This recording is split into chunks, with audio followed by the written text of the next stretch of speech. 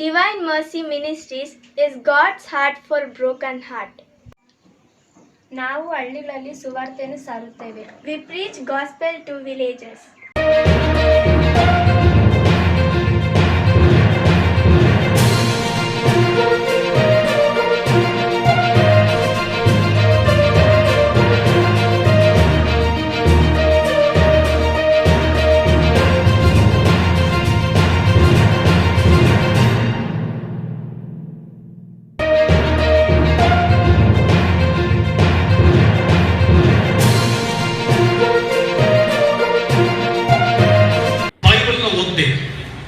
ಯಾಕೆ ಬೈಬಲ್ ಓದಬೇಕು ಅಂತ ನಾನು ಅವಾಗಲೇ ಹೇಳಿದ ಹಾಗೆ, ಬೈಬಲ್ನ ಓದಿದಾಗ ಜ್ಞಾನದ ಜೊತೆಗೆ ದೀನ ಮನಸ್ಸು, ಜ್ಞಾನದ ಜೊತೆಗೆ ಒಳ್ಳೆಯ ಗುಣ, ಜ್ಞಾನದ ಜೊತೆಗೆ ಒಳ್ಳೆಯ ಸ್ವಭಾವ ಸಿಗುತ್ತೆ.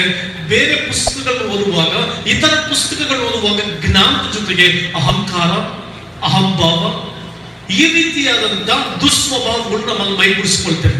ಆದ್ರೆ ಬೈಬಲ್ ಓದುವಾಗ ಮಾತ್ರವೇ ದೀನ ಮನಸ್ಸು, ಉತ್ತಮ ಸ್ವಭಾವ, ಇವೆಲ್ಲವುಗಳನ್ನ ಅಳವಡಿಸಿಕೊಂಡು ನಾವು ಜೀವಿಸ್ತೇವೆ. ಹಲ್ಲೆಲೂಯಾ. ಸರ್ ಇರಲಿ, ದೇವರ ವಾಕ್ಯಕ್ಕೆ ಹೋಗೋಣ. ಯಾರ ವಾಕ್ಯಕ್ಕೆ ಹೋಗೋಣ? ದೇವರ ವಾಕ್ಯಕ್ಕೆ ಹೋಗೋಣ. ದೇವರ ವಾಕ್ಯ ಸಜೀವವಾದ ವಾಕ್ಯ. ದೇವರ ವಾಕ್ಯವನ್ನ ಯಾರಾದ್ರೂ ಕೇಳಿಸಿಕೊಂಡು ಅವನ ಜೀವಿತ ಪರಿವರ್ತನೆ ಆಗ್ಬೇಕಂತ ಅದಕ್ಕಾಗಿ ವಾಕ್ಯ ಕೇಳಿಸ್ಕೊಳ್ಬೇಕು. ಎಷ್ಟೋ ಜನರು ಇವತ್ತು ವಾಕ್ಯ ಕೇಳಿಸ್ಕೊಳ್ತೇವೆ, ಪರಿವರ್ತನೆ ಜೀವಿತ ಇಲ್ಲ. ನಮ್ಮ ಜೀವಿತಗಳು ಪರಿವರ್ತನೆ ಆಗ್ಬೇಕು. ಯೇಸು ಕ್ರಿಸ್ತನ ಮಾತುಗಳು ಪರಿವರ್ತನೆಗೊಳಿಸುವಂತ ಮಾತುಗಳು. ನಿನ್ನನ್ನ ಜಾತಿ ಬಿಟ್ಟು ಬಾ ಅಂತ ಕರೆಯುವಂತ ವಾಕ್ಯಗಳಲ್ಲ, ಅಥವಾ ನಿನ್ನ ಧರ್ಮ ಬಿಟ್ಟು ಬಾ ಅಂತ ಕರೆಯುವಂತ ವಾಕ್ಯಗಳಲ್ಲ. ಯೇಸು ಕ್ರಿಸ್ತನ ವಾಕ್ಯಗಳು ಪರಿವರ್ತನೆಗೊಳಿಸುವಂತ ವಾಕ್ಯಗಳು. ನಿನ್ನ ಒಳಗಿನ ಬದುಕನ್ನ ಬದಲಾಯಿಸಿ, ನಿನ್ನ ಜೀವಿತವನ್ನ ಬದಲಾವಣೆ ಮಾಡಿ, ನಿನ್ನ ಜೀವಿತವನ್ನ ಅನೇಕರ ಬದಲಾವಣೆಗೆ ಉಪಯೋಗಿಸುವಂತದ್ದೇ ಈ ಸತ್ಯವೇದ.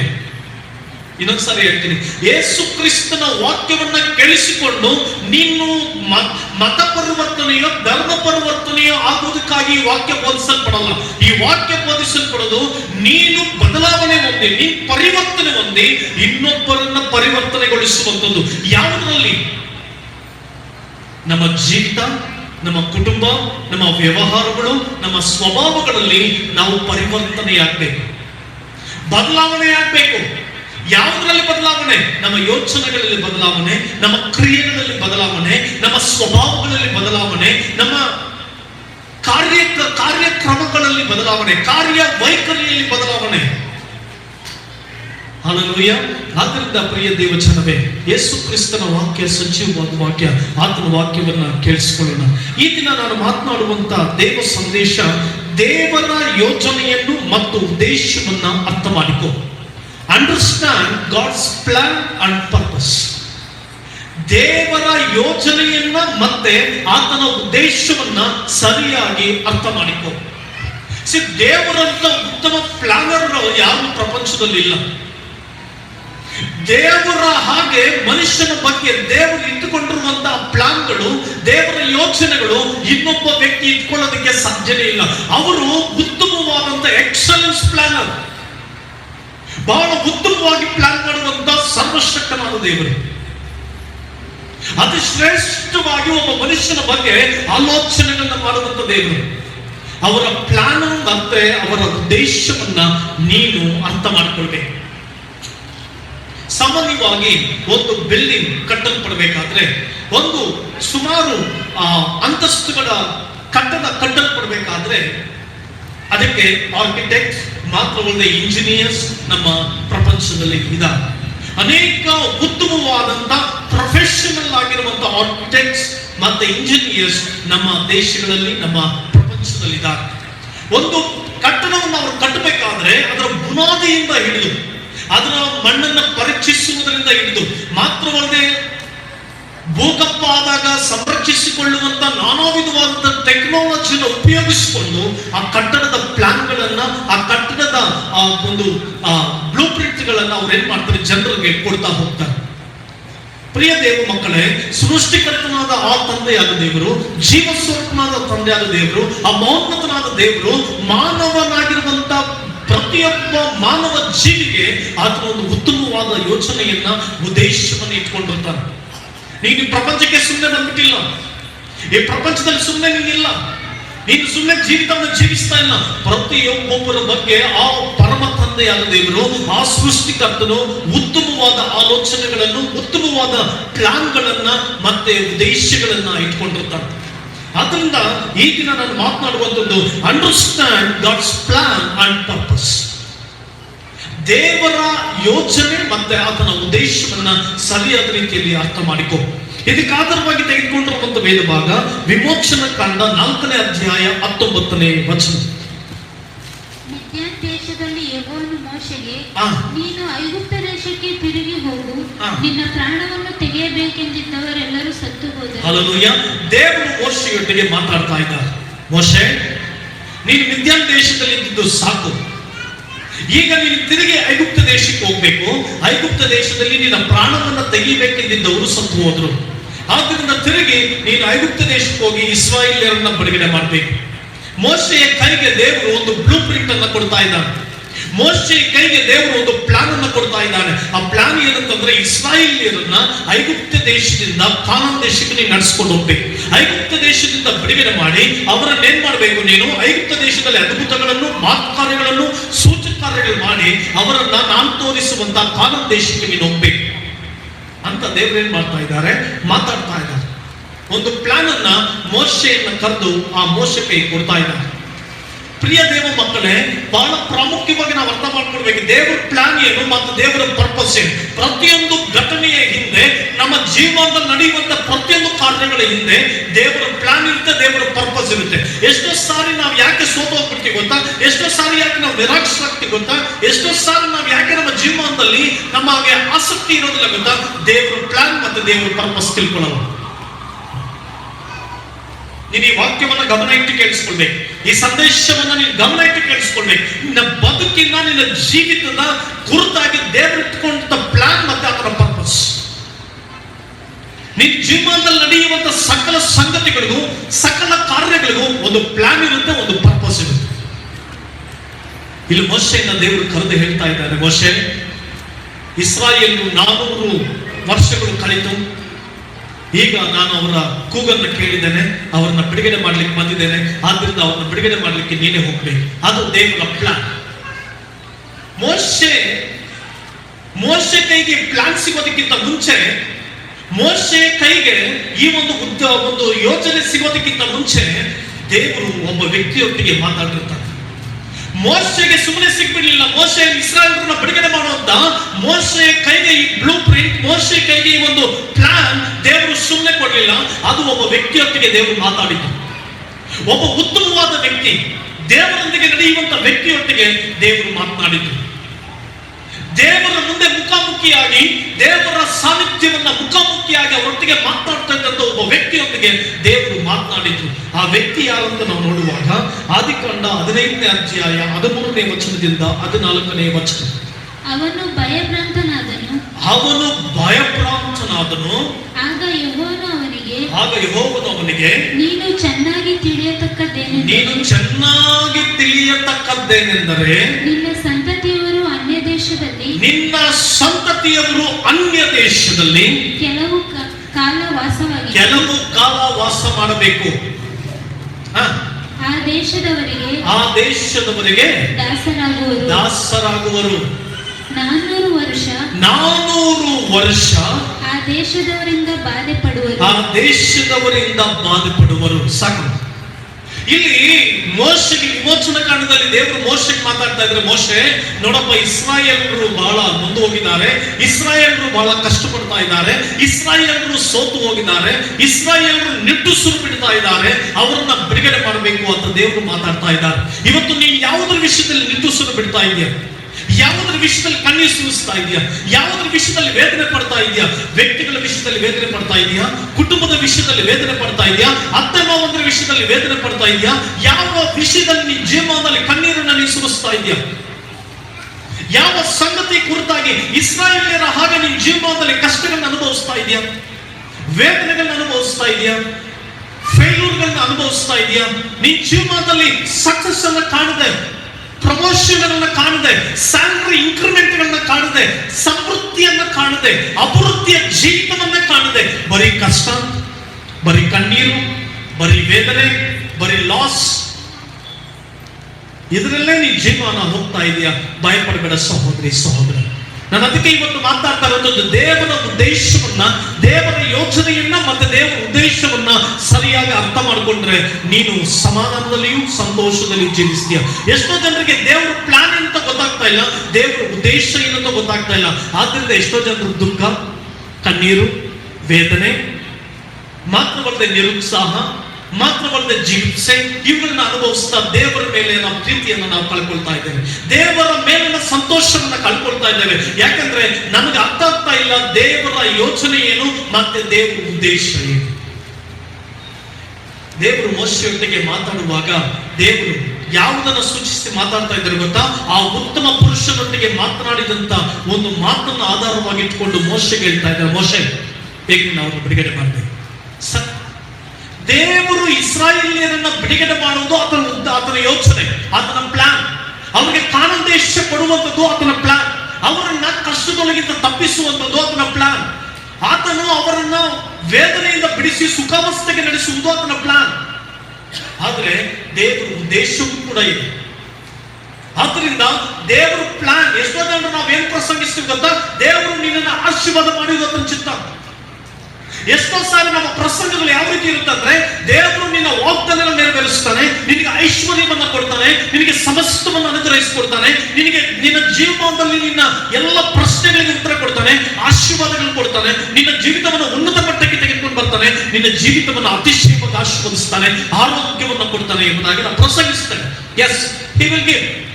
ಹೌದು, ಆತನು ಕೊಡ್ತಾನೆ. ಆದ್ರೆ ಅದು ಆತನ ಪ್ಲಾನ್ ಆಗಿದ್ರೆ ಆತನಿಗೊಂದು ಉದ್ದೇಶವೂ ಇರುತ್ತೆ. ನಿನ್ನ ವಾಗ್ದಾನ ಮಾಡಿದಾತ ನಂಬಿಕಸ್ತನು. ಇನ್ನು ನಿನ್ನ ವಾಗ್ದಾನ ನೆರವೇರಲಿಲ್ಲ ಅಂತಂದ್ರೆ ಆತನ ಮೇಲೆ ನೀನು ತಪ್ಪಾಕುವಂತಿಲ್ಲ. ಆತನು ನಿನ್ಗೆ ವಾಗ್ದಾನ ಮಾಡಿರುವಂಥದ್ದು ಆತನ ಪ್ಲಾನ್. ಈ ಸಭೆಗೆ ದೇವರು ವಾಗ್ದಾನ ಮಾಡಿರುವಂಥದ್ದು, ದೊಡ್ಡ ಕಾಂಗ್ರಿಗೇಷನ್ ಕೊಡ್ತೀನಿ ಅಂತ ವಾಗ್ದಾನವನ್ನು ಮಾಡಿದ್ದಾರೆ, ಅದು ಆತನ ಪ್ಲಾನ್. ನಿನ್ ಜೀವನದಲ್ಲಿ ನಿನ್ಗೆ ಮಕ್ಕಳು ಕೊಡ್ತೀನಿ ಅಂತ ಹೇಳಿರುವಂಥದ್ದು ಆತನ ಪ್ಲಾನ್. ನಿನ್ನ ಬಂಜೆಯಾಗಿ ನಾನು ಬಿಡೋದಿಲ್ಲ ಎಂಬುದಾಗಿ ಹೇಳುವಂಥದ್ದು ಆತನ ಪ್ಲಾನ್. ನಿನ್ನ ಆರೋಗ್ಯವನ್ನು ಸರಿಪಡಿಸ್ತೀನಿ ಅಂತ ಹೇಳುವಂಥದ್ದು ಆತನ ಪ್ಲಾನ್. ನಿನ್ನ ಉತ್ತಮ ಸ್ಥಿತಿಗೆ ತೆಗೆದುಕೊಂಡು ಬರ್ತೀನಿ ಅನ್ನುವಂಥದ್ದು ಆತನ ಪ್ಲಾನ್. ಆದ್ರೆ ಆ ಪ್ಲಾನ್ ಜೊತೆಗೆ ಆತನ ಪರ್ಪಸ್ ಕೂಡ ಇದೆ, ಆತನ ಉದ್ದೇಶವೂ ಕೂಡ ಇದೆ. ಆ ಉದ್ದೇಶವನ್ನ ನೀನು ಅರ್ಥ ಮಾಡ್ಕೊಳ್ಬೇಕು. ಇಲ್ಲಿ ದೇವರು ಆದಿಕಾಂಡದಲ್ಲಿ 15ನೇ ಅಧ್ಯಾಯದಲ್ಲಿ ಅಬ್ರಾಹ್ಮನೊಟ್ಟಿಗೆ ಮಾತಾಡ್ತಾ ಇದ್ದಾರೆ. ದೇವರು ಅಬ್ರಾಹ್ಮನಿಗೆ ಬಹಳ ಹತ್ತಿರವಾಗಿದ್ದಂತೆ. ದೇವರು ಅಬ್ರಾಹ್ಮನ ಜೊತೆಗೆ ಬಹಳ ಹತ್ತಿರವಾಗಿ ಮಾತಾಡ್ತಾ ಇದ್ದ, ಬಹಳ ಸೋಷಿಯಲ್ ಆಗಿ ಮಾತಾಡ್ತಾ ಇದ್ದ, ಬಹಳ ಫ್ರೆಂಡ್ಲಿ ಆಗಿ ಮಾತಾಡ್ತಾ ಇದ್ದ. ನೋಡಿ, ದೇವಾದ ದೇವನು ಇವತ್ತಿನ ದಿನ ದೇವರುಗಳ ಹತ್ರ ನಾವು ಹೋಗ್ಬೇಕಾದ್ರೆ ಯಾರನ್ನು ನಾವು ಅಡ್ಡ ಇಟ್ಕೊಂಡು ಹೋಗ್ಬೇಕು. ಆದ್ರೆ ಯೇಸು ಕ್ರಿಸ್ತನ ಬಳಿಗೆ ಯಾರನ್ನು ಅಡ್ಡ ಇಟ್ಕೊಂಡಲ್ಲ ನಾವು ಹೋಗ್ಬೇಕಾಗಿರೋದು. ಯೇಸು ಕ್ರಿಸ್ತನ ಬಳಿಗೆ ನಾವು ನೇರವಾಗಿ ಹೋಗ್ಬೋದು. ಹಲ್ಲೆಲೂಯಾ. ಆ ರಾಜಾದಿರಾಜನ ಬಳಿಗೆ ನಾವು ನೇರವಾಗಿ ಮಾತನಾಡಬಹುದು. ಯಾರ ಅವಶ್ಯಕತೆ ನಮಗಿಲ್ಲ, ದೇವಾದ ದೇವರೊಟ್ಟಿಗೆ ನಾವು ನೇರವಾಗಿ ಮಾತಾಡಬಹುದು. ಅಬ್ರಾಹ್ಮನೊಟ್ಟಿಗೆ ಎಷ್ಟು ಸುಮಧುರವಾಗಿ ಮಾತಾಡ್ತಾ ಇದ್ರು ದೇವರು, ಎಷ್ಟು ಅಂದವಾಗಿ ಮಾತಾಡ್ತಾ ಇದ್ರು, ಎಷ್ಟು ಫ್ರೆಂಡ್ಲಿ ಆಗಿ ಮಾತಾಡ್ತಾ ಇದ್ರು. ನೋಡಿ, ಎಂತ ಉತ್ತಮವಾದ ಮನುಷ್ಯ ಆತ, ಎಂತ ಶ್ರೇಷ್ಠವಾದ ಮನುಷ್ಯ ಆತ. ಅಂದ್ರೆ ಆತನಲ್ಲಿ ಬಲಹೀನತೆ ಇರಲಿಲ್ಲ ಅಂತಲ್ಲ, ಆತನಲ್ಲಿ ಫಾಲ್ಟ್ಸ್ ಗಳಿರಲಿಲ್ಲ ಅಂತಲ್ಲ. ಎಸ್, ಆತನ ಮಿಸ್ಟೇಕ್ಗಳನ್ನ ಮಾಡಿದ್ರು ಕೂಡ ದೇವರೊಂದಿಗೆ ಮುಖಾಮುಖಿಯಾದ ಬದುಕನ್ನು ಇಟ್ಕೊಂಡಿದ್ದ, ದೇವರೊಂದಿಗೆ ನೇರವಾಗಿ ಮಾತಾಡುವಂತ ಜೀವಿತ ಇಟ್ಕೊಂಡಿದ್ದ. ದೇವರು ಬಂದು ಮಾತಾಡ್ತಾರೆ, ಅಬ್ರಹಾಮ. ಇವತ್ತಿನ ದಿನ ಎಷ್ಟು ಜನರು ಹೊಸ ಒಡಂಬಡಿಕೆಯಲ್ಲಿ ಪರಿಶುದ್ಧಾತ್ಮ ನಮಗಿದ್ದಾನೆ, ಪವಿತ್ರಾತ್ಮ ನಮ್ಮ ಜೊತೆ ಇದ್ದಾನೆ. ಎಷ್ಟು ಜನರ ಜೊತೆ ದೇವರು ನೇರವಾಗಿ ಬಂದು, ನೇರವಾಗಿ ಅಂತಂದ್ರೆ ಆತನ ಸ್ವರೂಪದಲ್ಲಿ ಬಂದಲ್ಲ, ಅಟ್ಲೀಸ್ಟ್ ಆತನ ಸ್ವರದ ಮೂಲಕವಾಗಿಯೋ ಪವಿತ್ರಾತ್ಮನ ಮೂಲಕವಾಗಿಯೋ ಯಾ ಕನಸುಗಳ ಮೂಲಕವಾಗಿ ಬಂದು ನಿನ್ ಜೊತೆ ಅಬ್ರಹಾಮ. ಅವತ್ತು ದೇವರು ಅಬ್ರಹಾಮನನ್ನ ಕರೆದಾಗೆ, ಆಂಚಿನಪ್ಪ, ಮಂಚಮ್ಮ ಎಂಬುದಾಗಿ ದೇವರು ಕರೆದು ನಿನ್ನೊಟ್ಟಿಗೆ ಮಾತನಾಡುವಂತ ಪ್ರಮೇಯಗಳು ನಾವೆಲ್ಲಿ ಕಾಣ್ತಾ ಇದ್ದೀವಿ, ಅಂತ ಸನ್ನಿವೇಶಗಳನ್ನೆಲ್ಲ ಕಾಣ್ತಾ ಇಲ್ಲ ನಾವು. ಆದ್ರೆ ದೇವರು ಅಬ್ರಹಾಮನೊಟ್ಟಿಗೆ ಮಾತನಾಡ್ತಾ ಇದ್ದಂತೆ. ದೇವರು ದೇವಾದ ದೇವರು, ಆತನೊಂದು ರಕ್ಷಕನು, ಜೀವಸ್ವರೂಪನು, ಆತನೇ ಭೂಮಿ ಆಕಾಶಗಳನ್ನು ಉಂಟು ಮಾಡಿದವನು. ಆತನು ಒಂದು ಕೇವಲ ಮನುಷ್ಯನಾಗಿರುವ ಜೊತೆ ಮಾತಾಡ್ತಾ ಇದ್ದಾರೆ. ಅಬ್ರಹಾಮ, ನಾನು ನಿನ್ನ ಸಂತತಿಯನ್ನ ನಾನೇನ್ ಮಾಡ್ತೇನೆ, ನಾನು ನಿನ್ನ ಸಂತತಿಯನ್ನ ಐಗುಪ್ತ ದೇಶಕ್ಕೆ ಕಳಿಸಿ ಅಲ್ಲಿಂದ ತಿರುಗಿ ನಾನು ಕಾನಾನ್ ದೇಶಕ್ಕೆ ನಡೆಸಿಕೊಂಡು ಹೋಗ್ತೇನೆ ಅಂತ ದೇವರು ಹೇಳ್ತಾರೆ. ಇಲ್ಲಿ ದೇವರು ಅಬ್ರಹಾಮನಿಗೆ ಕಾನಾನ್ ದೇಶವನ್ನು ವಾಗ್ದಾನ ಮಾಡ್ತಾ ಇದ್ದಾರೆ. ಅಬ್ರಹಾಮನನ್ನ ಮೆಸೊಪೊತಾಮಿಯ ದೇಶದಿಂದ ಕರೆದುಕೊಂಡು ಬಂದು ಕಾರನ್ನಲ್ಲಿ ಅವರ ತಂದೆ ಉಳ್ಕೊಳ್ತಾನೆ, ಕಾರನ್ನಲ್ಲಿ ಅವರ ತಂದೆ ಸತ್ತೋಗ್ತಾನೆ. ಅವನು ಮುಂದೆ ಪ್ರಯಾಣ ಮಾಡಿಕೊಂಡು ದೇವರ ಮಾತಿನ ಮೇರೆಗೆ ಪ್ರಯಾಣ ಮಾಡ್ಕೊಂಡು ಬರ್ತಾನೆ. ಪ್ರಯಾಣ ಮಾಡ್ಕೊಂಡು ಬರುವಾಗ ಅವನ ಜೀವನದಲ್ಲಿ ದೇವರು ಕಾನಾನ್ ದೇಶವನ್ನು ವಾಗ್ದಾನ ಮಾಡ್ತಾ ಇದ್ದಾನೆ. ಅಲ್ಲಿ ಮೆಸೊಪೊತಾಮಿಯ ಪ್ರದೇಶದಿಂದ ಅವನ ಕರೆದುಕೊಂಡು ಬಂದು ದೇವರು ಕಾನಾನ್ ದೇಶವನ್ನು ತೋರಿಸಿ, ಆ ಕಾನಾನ್ ದೇಶ ನಾನು ಸಂತತಿ ಕೊಡ್ತೀನಿ ಅಂತ ಹೇಳ್ತಾ ಇದ್ದಾನೆ. ಯಾವಾಗ ಗೊತ್ತಾ? ಮಕ್ಕಳೇ ಇಲ್ಲದೆ ಇರುವಾಗ, ಅಬ್ರಾಮನಿಗೆ ಮಕ್ಕಳೇ, ಅಬ್ರಾಮನು ಬಂಜೆಯಾಗಿರುವಾಗ, ಅಬ್ರಾಮನು ಸಾರನಿಗೆ ಮಕ್ಕಳೇ ಇಲ್ಲದೆ ಇರುವಾಗ ಅವರನ್ನ ಒಂದು ದೇಶದಿಂದ ಕರೆತಂದು ನಾನು ನಿಮಗೆ ಕಾನಾನ್ ದೇಶ ಕೊಡ್ತೇನೆ, ಆ ಕಾನಾನ್ ದೇಶ ನಿನ್ನ ಸಂತತಿ ಕೊಡ್ತೀನಿ ಅಂತ ಕರ್ಕೊಂಡು ಬರ್ತಾರೆ ದೇವರು. ಎಂತ ಉತ್ತಮವಾದ ಪ್ಲಾನ್ ನೋಡಿ. ಒಂದು ವೇಳೆ ನಮ್ಮ ತಂದೆ ತಾಯಿಗಳು ಕೂಡ ನಮಗೆ ಆ ರೀತಿ ಪ್ಲಾನ್ ಮಾಡೋದಿಲ್ಲ. ಒಂದು ವೇಳೆ ನಮ್ಮ ಫೈನಾನ್ಷಿಯಲಿ ನಾವು ಪ್ಲಾನ್ಗಳನ್ನು ಮಾಡಿದ್ರು ಕೂಡ ಆ ರೀತಿಯ ಪ್ಲಾನ್ಗಳು ಮಾಡೋದಿಲ್ಲ. ನಾನು ನಿಮಗೆ ಚಿತ್ರೀಕರಣವನ್ನು ತೆಗೆದುಕೊಂಡು ಬರ್ತೇನೆ, ಯಾವ ರೀತಿ ದೇವರು ಪ್ಲಾನ್ ಮಾಡಿ ತನ್ನ ಪರ್ಪಸ್ ಅವರು ನನಗೆ ಜೀವನದಲ್ಲಿ ನೆರವೇರಿಸ್ತಾನೆ ಅಂತ. ಬ್ರಾಹ್ಮಣಿಗೆ ದೇವರು ವಾಗ್ದಾನ ಮಾಡ್ತಾ ಇದ್ದಾರೆ, ಮಕ್ಕಳೇ ಇಲ್ಲ, ಅವನ ಜೀವನದಲ್ಲಿ ಮಕ್ಕಳೇ ಇಲ್ಲ. ಆಗ ದೇವರು ವಾಗ್ದಾನ ಮಾಡ್ತಾ ಇದ್ದಾರೆ, ನಾನು ನಿನಗೆ ಒಂದು ಸಂತಾನವನ್ನು ಕೊಡ್ತೇನೆ, ಆ ಸಂತಾನವನ್ನು ನಾನು ಐಗುಪ್ತ ದೇಶಕ್ಕೆ ಕರ್ಕೊಂಡು ಹೋಗಿ ಐಗುಪ್ತ ದೇಶದಲ್ಲಿ ಅವರು ಬಲಿಷ್ಠರಾದ್ಮೇಲೆ ತಿರುಗಿ ಕಾನಾನ್ ದೇಶಕ್ಕೆ ಕರ್ಕೊಂಡು ಬರ್ತೀನಿ. ಏನಿದ್ರ ಉದ್ದೇಶ ಅಂತ ನಾವು ನೋಡುವಾಗ, ಪ್ರಿಯ ದೇವರ ಮಕ್ಕಳೇ, ತನ್ನ ಹೆಂಡತಿಯಾದಂತ ಸಾರಳು ಮುದುಕಿಯಾಗಿ ಹೋಗಿದ್ದಾಳೆ. ಇವನ ಜೀವಿತ ಕಾಲ ಕೂಡ ವೃದ್ಧಾಪ್ಯಕ್ಕೆ ಹೊರಟೋಗಿದೆ. ಅಂತ ಸಂದರ್ಭದಲ್ಲಿ ದೇವರು ವಾಗ್ದಾನ ಮಾಡ್ತಾ ಇದ್ದಾರೆ, ನೀನೊಂದು ವೇಳೆ ನಿನ್ನ ಜೀವನದಲ್ಲಿ ಕೂಡ ಅಂತ ಪರಿಸ್ಥಿತಿಯಲ್ಲಿ ಇರ್ಬೋದು, ನೀನು ಮುಗಿದು ಹೋಯ್ತು ಅನ್ನುವಂಥ ಪರಿಸ್ಥಿತಿಯಲ್ಲಿ ಇರ್ಬೋದು. ಇನ್ನು ಈ ಕೆಲಸ ನನ್ನ ಜೀವನದಲ್ಲಿ ಆಗಲ್ಲ, ಇದು ನಮ್ಮ ಜೀವನದಲ್ಲಿ ಆಗಲ್ಲ, ಈ ಕೆಲಸ ಆಗೋದಿಲ್ಲ, ಈ ಒಂದು ಕ್ರಿಯೆಗಳು ನಮ್ಮ ಜೀವನದಲ್ಲಿ ನಡೆಯೋದಿಲ್ಲ ಎಂಬುದಾಗಿ ಒಂದು ವೇಳೆ ನೀನು ಅಂತ್ಯ ಜೀವಿತಕ್ಕೆ ನೀನು ಬಂದಿರ್ಬೋದು, ತೀರ್ಮಾನಕ್ಕೆ ನೀನು ಬಂದಿರ್ಬೋದು. ಭಯಪಡಬೇಡ ಸಹೋದರನೇ, ಸಹೋದರಿ. ನಾನಿವತ್ತು ಪ್ರಸಂಗಿಸುವಂತ ಈ ಪ್ರಸಂಗವನ್ನ ಗಮನ ಇಟ್ಟು ಕೇಳಿಸ್ಕೊ. ಇದು ನಿನಗಾಗಿ ನನಗಾಗಿ ದೇವರು ಕೊಡ್ತಾ ಇರುವಂತ ಆತನ ಸಂದೇಶ. ಹಲ್ಲೆಲೂಯಾ.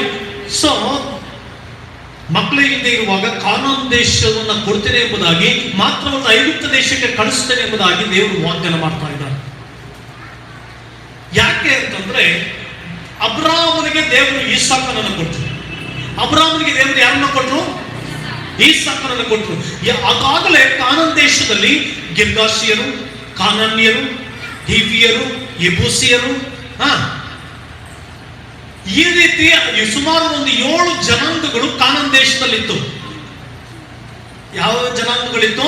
ಗಿರ್ಗಾಷಿಯರು, ಯೆಬೂಸಿಯರು, ಕಾನಾನ್ಯರು, ಹಿವಿಯರು, ಹಿತ್ತಿಯರು, ಈ ರೀತಿಯಾಗಿ 7 ಜನಾಂಗಗಳು ಕಾನಾನ್ ದೇಶದಲ್ಲಿ ವಾಸ ಮಾಡ್ತಾ ಇದ್ರು. ತುಂಬಾ ಜನ ಇದ್ರು. ತುಂಬಾ ಚೆನ್ನಾಗಿರುವಾಗ ದೇವರು ಇಸಾಕನ ಜೀವಿತವನ್ನ ಏನ್ ಮಾಡಿದ್ರು? ಆಶೀರ್ವಾದ ಮಾಡಿ ಯಾಕೋಬನಿಗೆ ಕೊಟ್ಟರು. ಅಬ್ರಾಮನಿಗೆ ಇಸಾಕನು ಸಿಕ್ಕಿದಾಗ, ಅಬ್ರಾಮನಿಗೆ ಆಶೀರ್ವಾದವಾಗಿ ಇಸಾಕನು ಸಿಕ್ಕಿದಾಗ ಒಬ್ಬನೇ ಒಬ್ಬ. ಕಾನಾನ್ ದೇಶದಲ್ಲಿ 7 ಜನಾಂಗ ಇದೆ. ಆ 7 ಜನಾಂಗ ಇರುವಾಗ ದೇವರು ಯಾಕೆ ಅಬ್ರಾಮನಿಗೆ ಆಗಲೇ ಕಾನಾನ್ ದೇಶ ಕೊಡ್ಲಿಲ್ಲ ಅಂತ ನಾವು ನೋಡುವಾಗ, ಯಾಕೆ ಆಗ್ಲೇ ಕಾನಾನ್ ದೇಶವನ್ನ ಅವರಿಗೆ ಕೊಡ್ಬೋದಾಗಿತ್ತು, ತನ್ನ ದೂತರನ್ನ ಕಳಿಸಿ ಕೊಡ್ಬೋದಾಗಿತ್ತು, ಪರಲೋಕ ಸಂಸ್ಥಾನವನ್ನು ಕಳಿಸಿ ಕೊಡ್ಬೋದಾಗಿತ್ತು. ಯಾಕೆಂತಂದ್ರೆ ದೇವರು ಸೊದೋಮ್ ಗೊಮೋರ ಪಟ್ಟಣ ನಾಶ ಮಾಡುವಾಗ ಯಾರು ಕಳಿಸಿದ್ರು? ತನ್ನ ದೂತರನ್ನ ಕಳಿಸಿ ಸೊದೋಮ್ ಗೊಮೋರ ಪಟ್ಟಣವನ್ನ ನಾಶ ಮಾಡಿದ್ರು. ಸೊದೋಮ್ ಗೊಮೋರ ಪಟ್ಟಣವನ್ನ ಪರಿಪೂರ್ಣ ನಾಶ ಮಾಡಿದ್ರು. ಅದೇ ರೀತಿಯಾಗಿ ದೇವರು ಮಾಡಬಹುದು. ಬಟ್ ಇಲ್ಲಿ ಇಸಾಕನ ಸಂತತಿಗೆ ದೇವರು ವಾಗ್ದಾನ ಮಾಡ್ತಾ ಇದ್ದಾರೆ. ಇಸಾಕನ ಸಂತತಿಯನ್ನ ರೆಪ್ರೆಸೆಂಟ್ ಮಾಡ್ತಾ ಇದ್ದಾರೆ. ಹಲ್ಲೆಲೂಯಾ. ಇಸಾಕನ ಸಂತತಿ ಬಹಳ ಪ್ರಾಮುಖ್ಯ. ಅಲ್ಲಿ 7 ಜನಾಂಗಗಳಿದೆ. ಇಸಾಕನ ಒಬ್ಬನ ಕೈಯಿಂದಲೇ ಆ ಜನಾಂಗಗಳನ್ನ ಓಡಿಸಲಿಕ್ಕಾಗಲ್ಲ. ಇಸಾಕನ ಒಬ್ಬನ ಕೈನಲ್ಲೇ ಅವನ್ನ ಜಯಿಸಲಿಕ್ಕಾಗಲ್ಲ. ಇಸಾಕನ ಒಬ್ಬನ ಕೈನಲ್ಲೇ ಆ 7 ಜನಾಂಗಗಳನ್ನ ಹೊರಡಿಸಿ ಅವನು ಸ್ವಾಧೀನ ಮಾಡ್ಕೊಳ್ಳಕ್ಕಾಗಲ್ಲ. ಆದ್ದರಿಂದ ದೇವರು ಏನ್ ಮಾಡ್ತಾರೆ ಅಂತಂದ್ರೆ, ಅದರ ಜೀವನ ನಾನು ನಿಮಗೆ ಸಂಕ್ಷಿಪ್ತವಾಗಿ ನಾನು ಹೇಳ್ಬೇಕಂತಂದ್ರೆ, ದೇವರೇನ್ ಮಾಡ್ತಾರೆ? ಅಬ್ರಹಾಮನಿಗೆ ವಾಗ್ದಾನ ಮಾಡ್ತಾರೆ, ಇಸಾಕನು ಸಿಗ್ತಾನೆ, ಇಸಾಕನು ಅಭಿವೃದ್ಧಿ ಆಗ್ತಾನೆ, ಯಾಕೋಬನನ್ನ ದೇವರು ಆರಿಸ್ಕೊಳ್ತಾನೆ. ಯಾಕೋಬನನ್ನ ದೇವರು ಆರಿಸ್ಕೊಂಡ ಮೇಲೆ ಯಾಕೋಬನಿಗೆ 12 ಜನ ಮಕ್ಕಳನ್ನ ಕೊಡ್ತಾನೆ. 12 ಜನ ಮಕ್ಕಳನ್ನ ಕೊಟ್ಟ ಮೇಲೆ ಅದರಲ್ಲಿ ಯೋಸೇಫನನ್ನ ದೇವರು ತಿರುಗಿ ಆರಿಸ್ಕೊಳ್ತಾನೆ. ನೋಡಿ, ಅಬ್ರಾಹ್ಮನಿಗೆ ದೇವರು ಮಾತಾಡ್ತಾ ಇದ್ದಾರೆ, ನಾನು ಕಾನಾನ್ ದೇಶ ನಿನಗೆ ಕೊಡ್ತೀನಿ, ಕಾನಾನ್ ದೇಶದ ಸಮೃದ್ಧಿ, ಕಾನಾನ್ ದೇಶದ ಅಭಿವೃದ್ಧಿ, ಕಾನಾನ್ ದೇಶದ ಸಮಸ್ತವನ್ನ ನಾನು ನಿನಗೆ ಕೊಡ್ತೀನಿ ಅಂತ ವಾಗ್ದಾನ ಮಾಡಿದಂತ ದೇವರು ಇಲ್ಲಿ ಏನ್ ಮಾಡ್ತಾ ಇದ್ದಾರೆ ಗೊತ್ತಾ? ದೇವರು ನಮ್ಮ ಸೇಫ್ಟಿಯನ್ನು ಕೂಡ ನೋಡುವಂತ ದೇವರು, ನಮ್ಮ ಸಂರಕ್ಷಣೆಯನ್ನು ನೋಡ್ತಾನೆ. ಎಷ್ಟೋ ಜನರು ಇವತ್ತಿನ ದಿನ ತಮ್ಮ ಸಂರಕ್ಷಣೆಗೋಸ್ಕರ ಮಂತ್ರವಾದಿಗಳ ಹತ್ರ ಹೋಗ್ತಾರೆ, ತಮ್ಮ ಸಂರಕ್ಷಣೆಗೋಸ್ಕರ ವಿದ್ಯೆಗಳನ್ನ ಕಲಿತಂತರ ಹತ್ರ ಹೋಗ್ತಾರೆ. ಅದು ಇದು ಮಾಡಿಸಿಕೊಂಡು ಏನ್ ಮಾಡ್ತಾರೆ, ಜನರು ಇವತ್ತಿನ ದಿನ ಸೇಫ್ಟಿಯನ್ನು ನೋಡ್ತಾರೆ. ಆದ್ರೆ ನನ್ನ ದೇವರು ಏನು ಮಾಡಿಸ್ಕೊಂಡದ್ರಿಂದ ಸೇಫ್ಟಿ ಕೊಡೋದಲ್ಲ, ಅವರೇ ನಮಗೆ ಸೇಫ್ಟಿಯನ್ನು ಕೊಡ್ತಾರೆ, ಅವರೇ ನಮಗೆ ಸಂರಕ್ಷಣೆಯನ್ನು ಕೊಡ್ತಾರೆ, ಅವರೇ ನಮಗೆ ಬಲವನ್ನು ಕೊಡ್ತಾರೆ, ಶಕ್ತಿಯನ್ನು ಕೊಡ್ತಾರೆ. ಹಲ್ಲೆಲೂಯಾ. ಇವತ್ತಿನ ದಿನ ಎಷ್ಟೋ ಜನರಿಗೆ ಭಯ. ಈ ಕಡೆ ಮಂತ್ರವಾದಿಗಳು, ಮಾತ್ರವಲ್ಲದೆ ತತ್ವಜ್ಞಾನಿಗಳು, ಶಾಸ್ತ್ರಗಳು, ಪಂಡಿತರು ಮಾಡುವಂತ ದುಷ್ಟ ಕಾರ್ಯಗಳಿಗೆ ಎಷ್ಟೋ ಜನರು ಬಲಿಯಾಗಿ ಭಯಪಟ್ಟು ಹೋಗ್ತಾ ಇದ್ದಾರೆ. ಆದ್ರೆ ನನ್ನ ದೇವರು ನಮ್ಮನ್ನ ಕಾಪಾಡುವಂತನಾದ್ದರಿಂದ, ನಮ್ಮ ದೇವರು ಸಂರಕ್ಷಣೆಯನ್ನು ನಮಗೆ ನೇಮಿಸಿರೋದ್ರಿಂದ ಭಯಪಡಬೇಕಾದ ಅವಶ್ಯಕತೆ ಇಲ್ಲ. ಅಬ್ರಾಹ್ಮನಿಗೆ ಮಾತಾಡಿದ ದೇವರು ಇಸಾಕನ್ನು ಆರಿಸ್ಕೊಳ್ತಾರೆ, ಇಸಾಕನ್ನು ಆರಿಸ್ಕೊಂಡ ದೇವರು ಯಾಕೋಬನ್ನು ಆರಿಸ್ಕೊಳ್ತಾರೆ, ಯಾಕೋಬನನ್ನು ಆರಿಸಿಕೊಂಡ ಮೇಲೆ ಆತನಿಗೆ 12 ಜನ ಮಕ್ಕಳನ್ನ ಕೊಡ್ತಾರೆ. 12 ಜನ ಮಕ್ಕಳು ಕೊಟ್ಟ ಮೇಲೆ ದೇವರು ಅಬ್ರಾಹ್ಮನಿಗೆ ಮಾತಾಡಿದ್ರಲ್ಲ, ನಿನ್ನ ಸಂತತಿ ಜನಾಂಗ ಐಗುಪ್ತ ದೇಶಕ್ಕೆ ಹೋಗುತ್ತೆ, ಐಗುಪ್ತ ದೇಶದಿಂದ ನಾನು ತಿರುಗಿ ಬರ ಮಾಡ್ತೇನೆ. ಯಾಕೆ ನಾವು ನೋಡುವಾಗ ಐಗುಪ್ತ ದೇಶದಲ್ಲಿ ಇಸಾಕನು ಒಬ್ಬನು ಹುಟ್ಟಿದ್ರೆ ಕಾನಾನ್ ದೇಶ ಅವನಿಗೆ ಸಿಗೋದಿಲ್ಲ, ಅವನ ಸಂತತಿ ಐಗುಪ್ತ ದೇಶದಲ್ಲಿ ಬಲಿಷ್ಠವಾಗಬೇಕು, ಐಗುಪ್ತ ದೇಶದಲ್ಲಿ ಬಲಿಷ್ಠವಾದ ಸಂತತಿ ಆಗ್ಬೇಕೆಂಬುದಾಗಿ ಹೇಳಿ ದೇವರು ಪ್ಲಾನ್ ಅನ್ನ ರೂಪಿಸಿ ಆತನ ಉದ್ದೇಶವನ್ನ ನೆರವೇರಿಸ್ತಾನೆ. ನೋಡಿ, ಐಗುಪ್ತ ದೇಶಕ್ಕೆ ಹೋಗ್ಬೇಕು, ಈಗ ದೇವರ ಉದ್ದೇಶ ನೆರವೇರ್ಬೇಕಲ್ಲ, ಅದಕ್ಕೆ ದೇವರು 12 ಮಕ್ಕಳಾದಂತ ಯಾಕೋಬನ 12 ಮಕ್ಕಳಲ್ಲಿ ಒಬ್ಬನಾದಂತ ಯೋಸೇಫನ್ನು ಆರಿಸಿಕೊಂಡು ಅವನು ಮಾರಲ್ಪಟ್ಟು ಐಗುಪ್ತ ದೇಶಕ್ಕೆ ಬರ್ತಾನೆ. ಐಗುಪ್ತ ದೇಶದಲ್ಲಿ ಗುಲಾಮನಾಗಿ ಕಷ್ಟಪಡಬೇಕಾಗ್ತದೆ ಯೋಸೇಫನು. ನೋಡಿ, ದೇವರ ಪ್ಲಾನ್ ಇಸ್ರಾಯೇಲರನ್ನ ಕಾನಾನ್ ದೇಶಕ್ಕೆ ನಡೆಸೋದು. ಆದ್ರೆ ಅದೇ ರೀತಿ ನಡೆಸಿಬಿಟ್ರೆ 7 ಜನಾಂಗಗಳು ಕಾನಾನ್ ದೇಶದಲ್ಲಿ ವಾಸಿಸ್ತಾ ಇದ್ದ ಜನಾಂಗಗಳು ಇವರನ್ನ ಧ್ವಂಸ ಮಾಡ್ತಾರೆ, ಮಾತ್ರ ದೇವರು ನಿರ್ನಾಮ ಮಾಡ್ತಾರೆ ಅಂತ ಹೇಳಿ ಆ ಇಸ್ರಾಯೇಲಿಯರನ್ನ ದೇವರು ಏನ್ ಮಾಡ್ತಾರೆ, ಯೋಸೇಫರನ್ನ ಐಗುಪ್ತಕ್ಕೆ ಕರೆತಂದ್ರ ಮೂಲಕವಾಗಿ ಐಗುಪ್ತ ದೇಶಕ್ಕೆ ಬರ್ತಾನೆ. ಅಲ್ಲಿ ಕಷ್ಟಗಳನ್ನ ಅನುಭವಿಸ್ತಾನೆ, ವೇದನೆಗಳನ್ನ ಅನುಭವಿಸ್ತಾನೆ, ತೊಂದರೆಗಳನ್ನ ಅನುಭವಿಸ್ತಾನೆ, ಹಿಂಸೆಗಳನ್ನ ಅನುಭವಿಸ್ತಾನೆ, ಜೈಲಿನಲ್ಲಿ ಇರಬೇಕಾಗುತ್ತೆ. ಆ ಸಂದರ್ಭದಲ್ಲಿ ಯೋಸೇಫನನ್ನ ದೇವರು ಐಗುಪ್ತ ದೇಶದ ಸರ್ವಾಧಿಕಾರಿಯನ್ನಾಗಿ ಮಾಡಿ ಇಡೀ ಇಸ್ರಾಯೇಲಿಯರನ್ನ ಐಗುಪ್ತ ದೇಶಕ್ಕೆ ಕರೆಸ್ಕೊಳ್ತಾರೆ. ಕಾನಾನ್ ದೇಶದಿಂದ ಚಿಕ್ಕ ಜನಾಂಗವಾಗಿದ್ದಂತ ಕೇವಲ 60ರಿಂದ 70 ಜನರಾಗಿದ್ದಂತ ಇಸ್ರಾಯೇಲಿಯರನ್ನ ಯೋಸೇಫನ್ ಏನ್ ಮಾಡ್ತಾನೆ, ತನ್ನ ಸ್ಥಾನಕ್ಕೆ ಕರ್ಕೊಳ್ತಾನೆ, ಐಗುಪ್ತ ದೇಶಕ್ಕೆ ಕರ್ಕೊಳ್ತಾನೆ. ದೇವರ ಪ್ಲಾನ್ ಇಸ್ರಾಯೇಲಿಯರನ್ನ ಐಗುಪ್ತ ದೇಶದ ಬಿಡುಗಡೆ ಮಾಡಿ ಕಾನಾನ್ ದೇಶಕ್ಕೆ ನಡೆಸುವಂಥದ್ದು. ಅದೇ ರೀತಿಯಾಗಿ ನಿನ್ನ ಜೀವಿತವನ್ನ, ನಿನ್ನ ಬದುಕನ್ನ ದೇವರು ಈ ಲೋಕದ ಪ್ರಪಂಚದ ಸೈತಾನ ಕಾರ್ಯಗಳಿಂದ, ನರಕದಿಂದ ಬಿಡುಗಡೆ ಮಾಡಿ ಕಾನಾನ್ ದೇಶಕ್ಕೆ, ಅಂದ್ರೆ ಪರಲೋಕ ರಾಜ್ಯಕ್ಕೆ, ಪರಲೋಕ ಸಂಸ್ಥಾನಕ್ಕೆ, ನಿತ್ಯ ಜೀವಕ್ಕೆ ನಡೆಸುವಂಥದ್ದು ಆತನ ಉದ್ದೇಶ, ಆತನ ಚಿತ್ತ, ಆತನ ಪ್ಲಾನ್ ಅದು. ಆದ್ರೆ ಆತನ ಪ್ಲಾನ್ ನೆರವೇರಬೇಕಾದ್ರೆ ಕೆಲವು ಉದ್ದೇಶಗಳನ್ನ, ಕೆಲವು ಪರ್ಪಸ್ಗಳು ನಮ್ಮ ಜೀವನದಲ್ಲಿ ಬರಬೇಕಾಗ್ತದೆ. ಕೆಲವು ಕಾರ್ಯಗಳು ನಮ್ಮ ಜೀವನದಲ್ಲಿ ನಡ್ಕೊಂಡು ಹೋಗ್ತಾ ಇರ್ತವೆ. ಆ ಕಾನಾನ್ ದೇಶ, ಪರಲೋಕ ಸಂಸ್ಥಾನಕ್ಕೆ ನಾವು ಹೋಗ್ಲಿಕ್ಕೆ ಯೋಸೇಫನ ಐಗುಪ್ತ ದೇಶಕ್ಕೆ ಹೋಗೋದಾಯ್ತು. ಅವ್ರ ಅಣ್ಣಂದ್ರೆ ಅವ್ರನ್ನ ಮಾಡ್ಬಿಡ್ತಾರೆ. ದೇವರ ಪ್ಲಾನ್ ಅದಾಗಿತ್ತು, ಬಟ್ ದೇವರ ಉದ್ದೇಶ. ಯೋಸೇಫನ ಜೀವನದಲ್ಲಿ ದೇವರ ಪರ್ಪಸ್, ಕಷ್ಟಗಳನ್ನ ಅನುಭವಿಸ್ಬೇಕು, ಮಾರಣ ಪಡಬೇಕು, ಗುಂಡಿಯಲ್ಲಿ ಬೀಳ್ತಾರೆ. ಅದಾದ್ಮೇಲೆ ಐಗುಪ್ತರು ಕೊಂಡ್ಕೊಂಡು ಹೋಗ್ತಾರೆ. ಐಗುಪ್ತರು ಕೊಂಡ್ಕೊಂಡು ಹೋದ್ಮೇಲೆ ಪೋಟಿಫರ್ನಿಗೆ ಮಾರ್ಬಿಡ್ತಾರೆ. ಪೋಟಿಫರ್ನಿಗೆ ಮಾರ್ಬಿಟ್ಟ ಮೇಲೆ ಪೋಟಿಫರ್ನ್ ತಿರುಗಿ ಅವನ ಸೆರೆಮನೆಗೆ ಹಾಕ್ತಾರೆ. ಅಲ್ಲಿ ಅವನು ದೇವರಿಗೋಸ್ಕರ ಬದುಕಿದ್ದರಿಂದ, ದೇವರಿಗೋಸ್ಕರ ಜೀವಿಸಿದ್ರಿಂದ ತಿರುಗಿ ದೇವರು ಅವನು ಉನ್ನತ ಸ್ಥಾನಕ್ಕೆ, ಅದೇ ಸ್ಥಾನದ ಉನ್ನತ ಸ್ಥಾನಕ್ಕೆ ಇಟ್ಕೊಂಡು ಬರ್ತಾನೆ. ಪ್ರಿಯ ದೇವರ ಮಕ್ಕಳೇ, ಯೋಸೇಫನ ಜೀವಿತ ದೇವರ ಉದ್ದೇಶ ಅಷ್ಟೇ. ಆತನು ಪ್ಲಾನ್ ಮಾಡ್ಕೊಂಡಿದ್ದಾನೆ, ಅನಾದಿ ಕಾಲದಲ್ಲಿ ಪ್ಲಾನ್ ಮಾಡ್ಕೊಂಡಿದ್ದಾರೆ. ನಿನ್ನ ಜೀವಿತದ ಬಗ್ಗೆ ಅನೇಕ ಪ್ಲಾನ್ಗಳನ್ನು ಇಟ್ಕೊಂಡಿದ್ದಾರೆ, ನಿನ್ನ ಬದುಕಿನ ಬಗ್ಗೆ ಅನೇಕ ಪ್ಲಾನ್ಗಳನ್ನು ಇಟ್ಕೊಂಡಿದ್ದಾರೆ, ನಿನ್ನ ಕುಟುಂಬದ ಬಗ್ಗೆ, ನಿನ್ನ ವೈಯಕ್ತಿಕ ಜೀವಿತದ ಬಗ್ಗೆ ಶ್ರೇಷ್ಠವಾದ ಪ್ಲಾನ್ಗಳನ್ನು ಇಟ್ಕೊಂಡಿದ್ದಾರೆ. ಆದರೆ ಕೆಲವು ಸಾರಿ ಕೆಲವು ನಮ್ಮನ್ನು ಕೇಳ್ತಾರೆ, ಯಾಕೆ ಕಷ್ಟಗಳು ದೇವರ ಮಕ್ಕಳಿಗೆ, ಯಾಕೆ ಸಮಸ್ಯೆಗಳು, ಯಾಕೆ ಹೋರಾಟಗಳು, ಯಾಕೆ ಹಿಂಸೆಗಳು? ಆತನ ಪರ್ಪಸ್. ಅದಕ್ಕೆ ನಾನು ಹೇಳ್ತಾ ಇರೋದು, understand God's plan and purpose. ದೇವರ ಯೋಜನೆಯನ್ನ, ಆತನ ಉದ್ದೇಶವನ್ನ ಏನ್ ಮಾಡಬೇಕು, ಅರ್ಥ ಮಾಡಿಕೊಳ್ಬೇಕು. ನಿನ್ನ ಮಕ್ಕಳಿಲ್ಲ ಎಂಬುದಾಗಿ ನಿನ್ನ ಗೋಡೆ ಇರ್ತಾ ಇರ್ಬೋದು, ಅದು ದೇವರು ನಿನ್ನ ಜೀವನದಲ್ಲಿ ಉನ್ನತವಾದ ಕಾರ್ಯ ಮಾಡ್ಲಿಕ್ಕೆ ಆತನ ಉದ್ದೇಶವನ್ನು ಇಟ್ಟಿದ್ದಾನೆ. ಆದ್ರೆ ಕೆಲವು ಸಾರಿ ಅವಮಾನ, ನಿಂದೆಗಳು, ಕೆಟ್ಟ ಮಾತುಗಳು ತಲೆ ಮೇಲೆ ಒರೆಸಿಕೊಳ್ಳುವಂಥದ್ದು, ಇವೆಲ್ಲದರ ಮಧ್ಯದಲ್ಲಿ ನೀನು ಹಾದು ಹೋಗ್ಬೇಕು. ದೇವರ ಉದ್ದೇಶ ಅದು. ಯಾಕೆಂತಂದ್ರೆ ನಿನ್ನನ್ನ ದೇವರು ಸುಮ್ಮನೆ ಹಂಗೆ ಫ್ಲೈಟ್ ನಲ್ಲಿ ಎತ್ಕೊಂಡೋದಂಗೆ ಮೇಲೆ ಎತ್ಕೊಂಡು ಹೋಗ್ಬಿಟ್ರೆ ಬಹಳ ಕಷ್ಟ. ನೀನ್ ಜೀವಿತವನ್ನ ಹಂತ ಹಂತವಾಗಿ ಕಷ್ಟಗಳ ಮಧ್ಯದಲ್ಲಿ, ದುಃಖಗಳ ಮಧ್ಯದಲ್ಲಿ ಗಟ್ಟಿ ಮಾಡುತ್ತಾ, ಬಹಳ ಪ್ರಾಮುಖ್ಯ. ಒಬ್ಬ ಮನುಷ್ಯ ಗಟ್ಟಿ ಆಗ್ಬೇಕು. ಒಂದು ಸಾರಿ ಒಬ್ಬ ಉನ್ನತ ಅಧಿಕಾರಿ ಒಂದು ಪರೀಕ್ಷೆಯನ್ನ ತನ್ನ ಎಂಪ್ಲಾಯೀಸ್ಗೆ ಇಟ್ಟ. ಒಂದು ಉನ್ನತ ಅಧಿಕಾರದಲ್ಲಿರುವಂತ ಒಂದು ಬಾಸ್ ತನ್ನ ಎಂಪ್ಲಾಯೀಸ್ಗೆ ಒಂದು ಪರೀಕ್ಷೆಯನ್ನು ಇಡ್ತಾನೆ. ಆ ಪರೀಕ್ಷೆ ಏನು ಗೊತ್ತಾ? ತನ್ನ ಎಂಪ್ಲಾಯೀಸ್ಗೆ ಒಬ್ಬೊಬ್ಬರಿಗೆ ಒಂದೊಂದು ವಿಧವಾದಂತ ಪರೀಕ್ಷೆಗಳನ್ನ ಇಡ್ತಾನೆ. ಆ ಪರೀಕ್ಷೆಗಳನ್ನ ಇಡುವಾಗ ಎಂಪ್ಲಾಯೀಸ್ ಎಲ್ಲರೂ ಬೈಕೊಂಡು, ಏನು ನಮ್ಮ ಯಜಮಾನರು ನಮ್ಗೆ ಈ ತರ ಮಾಡ್ತಾ ಇದ್ದಾರಲ್ಲ ಅಂತ ಹೇಳಿ ಬೈಕೊಂಡು ಹೋಗ್ತಾ ಇರ್ತಾರೆ. ಅನೇಕರು ಬೈಕೊಂಡು ಹೋಗುವಾಗ ಒಬ್ಬ ಮಾತ್ರ ನಿಷ್ಠಾವಂತನಾಗಿ ತನ್ನ ಬಾಸ್ ಹೇಳಿದಂತ ಕಾರ್ಯಗಳಲ್ಲಿ ಕಷ್ಟ ಆದರೂ, ತೊಂದರೆ ಆದರೂ, ಅವಮಾನವಾದರೂ ಅದನ್ನು ಸಾಧಿಸಿ ತೆಗೆದುಕೊಂಡು ವಾಪಸ್ ತನ್ನ ಬಾಸ್ನ ಬಳಿಗೆ ಬರ್ತಾನೆ.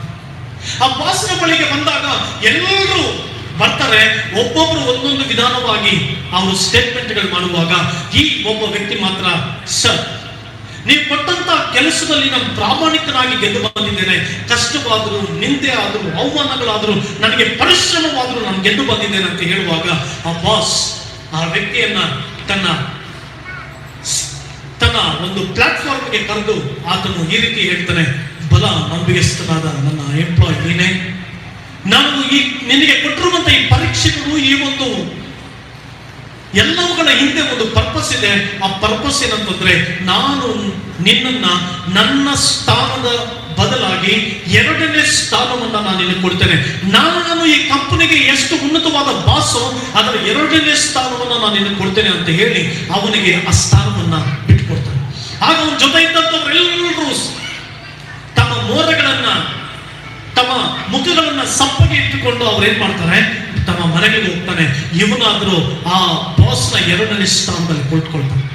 ಪ್ರಿಯ ದೇವರ ಮಕ್ಕಳೇ, ನಮ್ಮ ಪರಿಶ್ರಮಗಳು, ನಮ್ಮ ಕಷ್ಟಗಳು, ನಮ್ಮ ತೊಂದರೆಗಳು, ನಮ್ಮ ವೇದನೆಗಳು, ದೇವರು ಅತ್ಯುನ್ನತವಾದ ಉದ್ದೇಶವನ್ನ, ಅತ್ಯುನ್ನತವಾದ ಯೋಚನೆಯನ್ನು ನಮ್ಮ ವಿಷಯದಲ್ಲಿ ಇಟ್ಕೊಂಡಿರ್ತಾನೆ. ಅದನ್ನು ನಾವು ಪಡ್ಕೊಳ್ಬೇಕಾದ್ರೆ ಅನೇಕ ಸಾರಿ ನಾವು ದೇವರ ಉದ್ದೇಶದಲ್ಲಿ ನಾವು ಹೋಗ್ಬೇಕಾಗ್ತದೆ. ಇಲ್ಲಿ ಯೋಸೇಫನು ಕಷ್ಟಗಳನ್ನು ಅನುಭವಿಸ್ತಾ, ತೊಂದರೆ ಅನುಭವಿಸ್ತಾ ಈ ಸರ್ವಾಧಿಕಾರಿಯಾಗಿದ್ದಾನೆ. ಸುಮಾರು 70 ಜನರನ್ನ ಅವನು ತನ್ನ ಕುಟುಂಬದವರನ್ನ, ತನ್ನ ತಂದೆಯ ಮನೆಯವರನ್ನ ಐಗುಪ್ತ ದೇಶಕ್ಕೆ ಕರೆಸಿಕೊಂಡ. ಈ ಐಗುಪ್ತ ದೇಶಕ್ಕೆ ಕರೆಸಿಕೊಂಡ ಮೇಲೆ ವಿಮೋಚನ ಕಾಂಡ 1ನೇ ಅಧ್ಯಾಯ 6ನೇ ವಚನ 7ನೇ ವಚನ ಹೋದ್ರೆ, ಬಳಿಕ ಯೋಸೇಫನು ಅವನ ಅಣ್ಣ ತಮ್ಮಂದಿರು ಆ ಕಾಲದಲ್ಲಿದ್ದವರೆಲ್ಲರೂ ಗತಿಸಿ ಹೋದರು. ಆದರೆ ಇಸ್ರಾಯೇಲರು ಅಭಿವೃದ್ಧಿಯಾಗಿ, ಆದರೆ ಇಸ್ರಾಯೇಲ್ಯರು ಏನಾಗಿದ್ರಂತೆ? ಅಭಿವೃದ್ಧಿಯಾಗಿ, ಅತ್ಯಧಿಕವಾಗಿ, ಹೆಚ್ಚಿ ಬಹಳವಾಗಿ ಬಲಗೊಂಡಿದ್ರಂತೆ.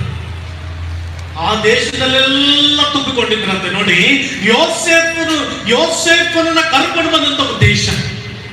ಅಬ್ರಾಹ್ಮನಿಗೆ ದೇವರು ಮಾತಾಡಿದ್ರು, ನಿನ್ನ ಜನಾಂಗವನ್ನು ನಾನು ಐಗುಪ್ತ ದೇಶಕ್ಕೆ ನಡೆಸ್ತೀನಿ, ಅಲ್ಲಿಂದ ನಾನು ಐಗುಪ್ತ ದೇಶದ ಇಸ್ರಾಯೇಲ್ಯರ ಕಾನಾನ್ ದೇಶಕ್ಕೆ ನಡೆಸ್ತೀನಿ ಅನ್ನೋ ದೇವ್ರ ಪ್ಲಾನ್. ಆದ್ರೆ ದೇವ್ರ ಉದ್ದೇಶ ಇತ್ತು ನೋಡಿ.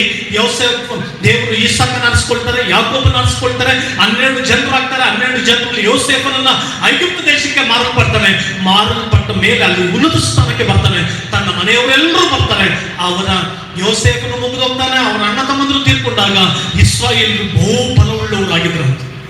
ಅಲ್ಲಿ ಇಸಾಕ ಒಬ್ಬನೇ ಇಲ್ಲದೆ ಇರುವಾಗ ಅಬ್ರಾಹ್ಮನೊಟ್ಟಿಗೆ ಮಾತನಾಡಿದ ದೇವರು.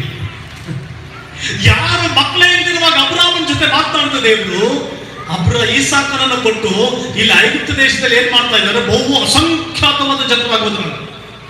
ಎಷ್ಟು ಜನರಾಗೋದ್ರು ಇಸ್ರಾಯೇಲರು? ಅಸಂಖ್ಯಾತವಾದ ಜನರಾಗೋದು. ಆಗ ದೇವರು ಏನ್ ಮಾಡ್ತಾ ಇದ್ದಾರೆ ಗೊತ್ತಾ?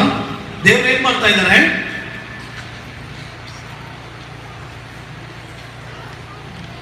ದೇವರೇನ್ ಮಾಡ್ತಾ ಇದ್ದಾರೆ? ವಿಮೋಚನ ಕಾಂಡಕ್ಕೆ ಬರುವಾಗ, ವಿಮೋಚನ ಕಾಂಡದಲ್ಲಿ ದೇವರು 3ನೇ ಅಧ್ಯಾಯದಲ್ಲಿ ಮೋಶೆಯೊಟ್ಟಿಗೆ ಮಾತಾಡ್ತಾ ಇದ್ದಾರೆ. ಬಹು ಜನಾಂಗವಾದ ಮೇಲೆ ಒಂದು ವೇಳೆ ನಿನ್ನ ಜೀವನದಲ್ಲಿ ಇಸಾಕನ ಹಾಗೆ ಒಂಟಿತನ, ನಿನಗೆ ಒಂಟಿತನ ಇರಿಸಿ ದೇವರು ಅದಕ್ಕೆ big planner, is a big planner. ಒಂದು ವೇಳೆ ನಿನ್ನ ಸಂಕಟ, ನಿನ್ನ ಕಷ್ಟ ನೋಡಿ, ಅಯ್ಯೋ ನನಗೆ ಬರುವಂತ ಕಷ್ಟ ಯಾರಿಗೂ ಇಲ್ಲ, ಒಂದು ವೇಳೆ ನೀನು ಹೇಳ್ತಾ ಇರ್ಬೋದು, ಭಯ ಪಡಬೇಡ, ನಿನ್ ಜೀವಿತಕ್ಕೆ ಒಂದು ಬೆಲೆ ಇದೆ, ನಿನ್ ಜೀವನಕ್ಕೆ ಒಂದು ಅರ್ಥ ಇದೆ, ನಿನ್ ಜೀವಿತಕ್ಕೆ ಒಂದು ಪ್ಲಾನ್ ಇದೆ ಸಹೋದರ.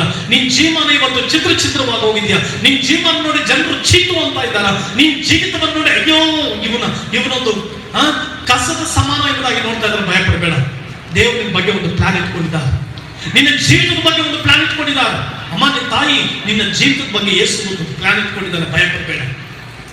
ದೇವರು ಜನರಿಗೆ ಐಗುಪ್ತ ದೇಶದಲ್ಲಿ ಇಸ್ರಾಯೇಲರನ್ನು ಬಿಡುಗಡೆ ಮಾಡ್ಬೇಕಲ್ಲ. ನೋಡಿ ಹೇಗೆ ದೇವರು ತೆಗೆದುಕೊಂಡು ಒಂದೇ ಸಾರಿ ದೇವರು ಮಾಡಿಬಿಟ್ರೆ ನಮ್ಮ ಜೀವನದಲ್ಲಿ ನಮಗೆ ಸೇಫ್ಟಿ ಇರಲ್ಲ, ನಮಗೆ ರಕ್ಷಣೆ ಇರೋದಿಲ್ಲ. ಈ ಪ್ರಪಂಚದಲ್ಲಿ ನಾವಿದ್ದೇವೆ, ಈ ಪ್ರಪಂಚದಲ್ಲಿ ನಾವಿರುವಾಗ ದೇವರು ಪ್ರತಿಯೊಬ್ಬ ದೇವರ ಸೇವಕರನ್ನು, ಪ್ರತಿಯೊಂದು ದೇವರ ಮಗುವನ್ನು ಯಾಕೆ ಕಷ್ಟಗಳ ಮಧ್ಯದಲ್ಲಿ, ದುಃಖಗಳ ಮಧ್ಯದಲ್ಲಿ, ವೇದನೆಗಳ ಮಧ್ಯೆ ನಡೆಸ್ಕೊಂಡು ಹೋಗಿ ಅವನು ಉನ್ನತವಾದ ಸ್ಥಾನ ತೆಗೆದುಕೊಂಡು ಬರ್ತಾರೆ ಗೊತ್ತಾ? ಯಾಕಂತಂದ್ರೆ ನೀನು ಗಟ್ಟಿ ಆಗ್ಬೇಕು. ಹಲ್ಲೆಲೂಯಾ. ನೀನು ಮುಸುಕಿನ ಒಪ್ಪಂದದಲ್ಲಿ ಇರಬಾರ್ದು, ಗಟ್ಟಿ ಇರಬೇಕು. ನಿನ್ನ ಜೀವಿತ ಬಲಿಷ್ಠವಾಗಿರ್ಬೇಕು. ಯಾವಾಗ ಇಸ್ರಾಯೇಲರು ಬಲಿಷ್ಠರಾದ್ರು, ಯಾವಾಗ ಇಸ್ರಾಯೇಲರು ಗಟ್ಟಿಗರಾದ್ರು, ಯಾವಾಗ ಇಸ್ರಾಯೇಲರು ಪವಿತ್ರಾತ್ಮನ ಸಹಾಯದಿಂದ, ದೇವರ ಸಹಾಯದಿಂದ ಅತ್ಯಧಿಕವಾಗಿ ಹೆಚ್ಚಿದ್ರು, ಆಗ ದೇವರು ಮೋಶೆಯೊಂದಿಗೆ ಮಾತಾಡ್ತಾ ಇದ್ದಾರೆ, ಮೋಶೆ, ದಿಸ್ ಇಸ್ ದ ಟೈಮ್, ಇದು ನಿನ್ನ ಸಮಯ, ಇಸ್ರಾಯೇಲ್ ಬಿಡುಗಡೆ ಮಾಡು. ಮೋಶೆ ನಡೆಸ್ಕೊಳ್ತಾ ಇದ್ದಾರೆ, ದೇವರು ಮೋಶೆಯೊಂದಿಗೆ ಮಾತಾಡ್ತಾ ಇದ್ದಾರೆ. ನಿನಗೊಬ್ಬ ಮೋಶೆ ಇದ್ದಾನೆ, ನಿನಗೊಬ್ಬ ಮೋಶೆ ಇದ್ದಾನೆ. ಸಹೋದರ ಭಯಪಡಬೇಡ, ನಿನಗೊಬ್ಬ ಮೋಶೆ ನಿನ್ನ ಪಕ್ಷವಾಗಿ ನಿಂತಿದ್ದಾನೆ. ಅವತ್ತು ಮೋಶೆ ತನ್ನ ಮಾವನ ಮನೆಯಲ್ಲಿ ಇರುವಾಗ ದೇವರು ಮಾತಾಡ್ತಾ ಇದ್ದಾರೆ, ಮೋಶೆ, ನಾನು ಇಸ್ರಾಯೇಲರ ಬಿಡುಗಡೆ ಮಾಡಕ್ಕೆ ಬಂದಿದ್ದೀನಿ, come on, this is the time. 400 ವರ್ಷ ಆಗೋಯ್ತು. ನಾನು ಅಬ್ರಾಹ್ಮನಿಗೆ ಏನು ವಾಗ್ದಾನ ಮಾಡಿದ್ನೋ, ಏನು ಪ್ಲಾನ್ ಅಬ್ರಾಹ್ಮನಿಗೆ ಕೊಟ್ಟಿದ್ನೋ, ಆ ಪ್ಲಾನ್ ನೆರವೇರಿಸುವಂತ ಸಮಯ ಬಂದಿದೆ. ಆದ್ರೆ ಎಷ್ಟು ಆತನ ಉದ್ದೇಶ ನೆರವೇರಿಸಿಕೊಂಡು ಬಂದ. ಇಸಾಕನ್ನ ಆರಿಸ್ಕೊಂಡ, ಯಾಕೋಬನ್ನ ಆರಿಸ್ಕೊಂಡ, ಯೋಸೇಫನ್ನ ಆರಿಸ್ಕೊಂಡ. ಯೋಸೇಫನ್ನ ಆರಿಸ್ಕೊಂಡ ಮೇಲೆ ಇಸ್ರಾಯೇಲರು 70 ಜನರು ಎಲ್ಲಿ ಬಂದ್ರು? ಐಗುಪ್ತ ದೇಶಕ್ಕೆ ಬಂದರು. ಐಗುಪ್ತ ದೇಶಕ್ಕೆ ಬಂದ ಆ 70 ಜನರು ಮಲ್ಟಿಪ್ಲೈ ಆಗಿ ಮಾರ್ಪಟ್ರು, ಲಕ್ಷಣಗಟ್ಟಲಾಗಿ ಜನರವಾಗಿ ಮಾರ್ಪಟ್ರು. ಆಗ ದೇವರು ಮೋಶೆಯೊಟ್ಟಿಗೆ ಮಾತಾಡ್ತಾರೆ, ಮೋಶೆ, ಈಗ ದೊಡ್ಡಪ್ಪ, ಇಸ್ರಾಯೇಲರನ್ನು ಬಿಡುಗಡೆ ಮಾಡು. ಈಗ ನೀನು ಇಸ್ರಾಯೇಲರನ್ನು ಬಿಡುಗಡೆ ಮಾಡು. ನೋಡಿ, ದೇವರು ಮೋಶೆನ ಆರಿಸ್ಕೊಳ್ಳೋದ್ರಲ್ಲೂ ಒಂದು ಉದ್ದೇಶ ಇತ್ತು. ಆತನ ಪ್ಲಾನ್ ಇಸ್ರಾಯೇಲರನ್ನು ಬಿಡುಗಡೆ ಮಾಡೋದು. ಆತನ ಉದ್ದೇಶ ಎಷ್ಟೊಂದು ಇಟ್ಕೊಂಡು ಬಂದಿದ್ದಾರೆ ನೋಡಿ, ಯಾವ ರೀತಿ ಆತನ ಉದ್ದೇಶವನ್ನು ನೆರವೇರಿಸಿಕೊಂಡು ಬಂದಿದ್ದಾರೆ. ಮೋಶೆಯನ್ನ ದೇವರು ಆರಿಸ್ಕೊಳ್ತಾರೆ. ಈ ಮೋಶೆನ ಆರಿಸ್ಕೊಳ್ಳೋದ್ರಲ್ಲೂ ಆತನ ಉದ್ದೇಶ ನೋಡಿ, ಎಂತ ಶ್ರೇಷ್ಠವಾದ ಉದ್ದೇಶ ಆತನು. ಇಸ್ರಾಯೇಲರೆಲ್ಲರೂ ಅಭಿವೃದ್ಧಿ ಆಗ್ತಾ ಇದ್ದಾರೆ, ಜನರು ಜಾಸ್ತಿ ಆಗ್ತಾ ಇದ್ದಾರೆ. ಯಾವಾಗ ಇಸ್ರಾಯೇಲರು ಜಾಸ್ತಿ ಆದ್ರೂ ಫರೋನಿಗೆ ಐಗುಪ್ತ ದೇಶದ ಫರೋನಿಗೆ ಹೊಟ್ಟೆ ಕಿಚ್ಕೊಂಡ್ಬಿಡ್ತು. ಯಾವಾಗ ನೀನು ಅಭಿವೃದ್ಧಿ ಆಗ್ತೀಯೋ, ಯಾವಾಗ ನೀನು ಆಶೀರ್ವದಿಸಲ್ಪಡ್ತೀಯೋ, ಯಾವಾಗ ನೀನು ಉತ್ತಮವಾದ ಸ್ಥಿತಿಗೆ ಬರ್ತೀಯೋ, ಯಾವಾಗ ನೀನು ದೇವರ ಮಾರ್ಗದರ್ಶನದಲ್ಲಿ ಹೋಗ್ತೀಯೋ, ಆ ಸಂದರ್ಭದಲ್ಲಿ ನಿನ್ನ ಜೀವನದಲ್ಲಿ ಬರುವಂತ ಮೊದಲನೇ ಶತ್ರು ಅದು ದ್ವೇಷ. ಜನರನ್ನ ದ್ವೇಷ ಮಾಡ್ಲಿಕ್ಕೆ, ಜನರು ನಿನ್ನನ್ನು ನೋಡಿ ಹೊಟ್ಟೆ ಕಿಚ್ಚಿಕೊಡ್ಲಿಕ್ಕೆ ಆರಂಭ ಮಾಡ್ತಾರೆ. ಮೋಶೆ ಹುಟ್ಟುವುದಕ್ಕಿಂತ ಮುಂಚೆ ಫರೋಹ ರಾಜ ಹೇಳ್ತಾನೆ, ಎಲ್ಲೆಲ್ಲಿ ಗಂಡು ಮಕ್ಕಳು ಇದಾರೋ ಅವ್ರನ್ನೆಲ್ಲ ಕೊಲೆ ಮಾಡ್ಬಿಡ್ರಿ ಅಂತ ಸೂಲಗಿತ್ತಿಯರನ್ನ ಕರೆದು ಅವ್ರಿಗೆ ಏನ್ ಮಾಡ್ತಾನೆ, ಎಚ್ಚರಿಕೆಯನ್ನ ಕೊಡ್ತಾನೆ. ಸೂಲಗಿತ್ತಿಯರಿಗೆ ಹೇಳ್ಬಿಡ್ತಾನೆ, ನೋಡು, ಇಸ್ರಾಯೇಲರು ಹೆರಿಗೆ ಆಗುವಾಗ ಹೆಣ್ಣು ಮಕ್ಕಳನ್ನ ಸಾಯಿಸ್ಬಿಡ್ರಿ, ಹೆಣ್ಣು ಮಕ್ಕಳನ್ನ ಉಳಿಸ್ರಿ, ಗಂಡು ಮಕ್ಕಳನ್ನ ಸಾಯಿಸ್ಬಿಡ್ರಿ ಅಂತ.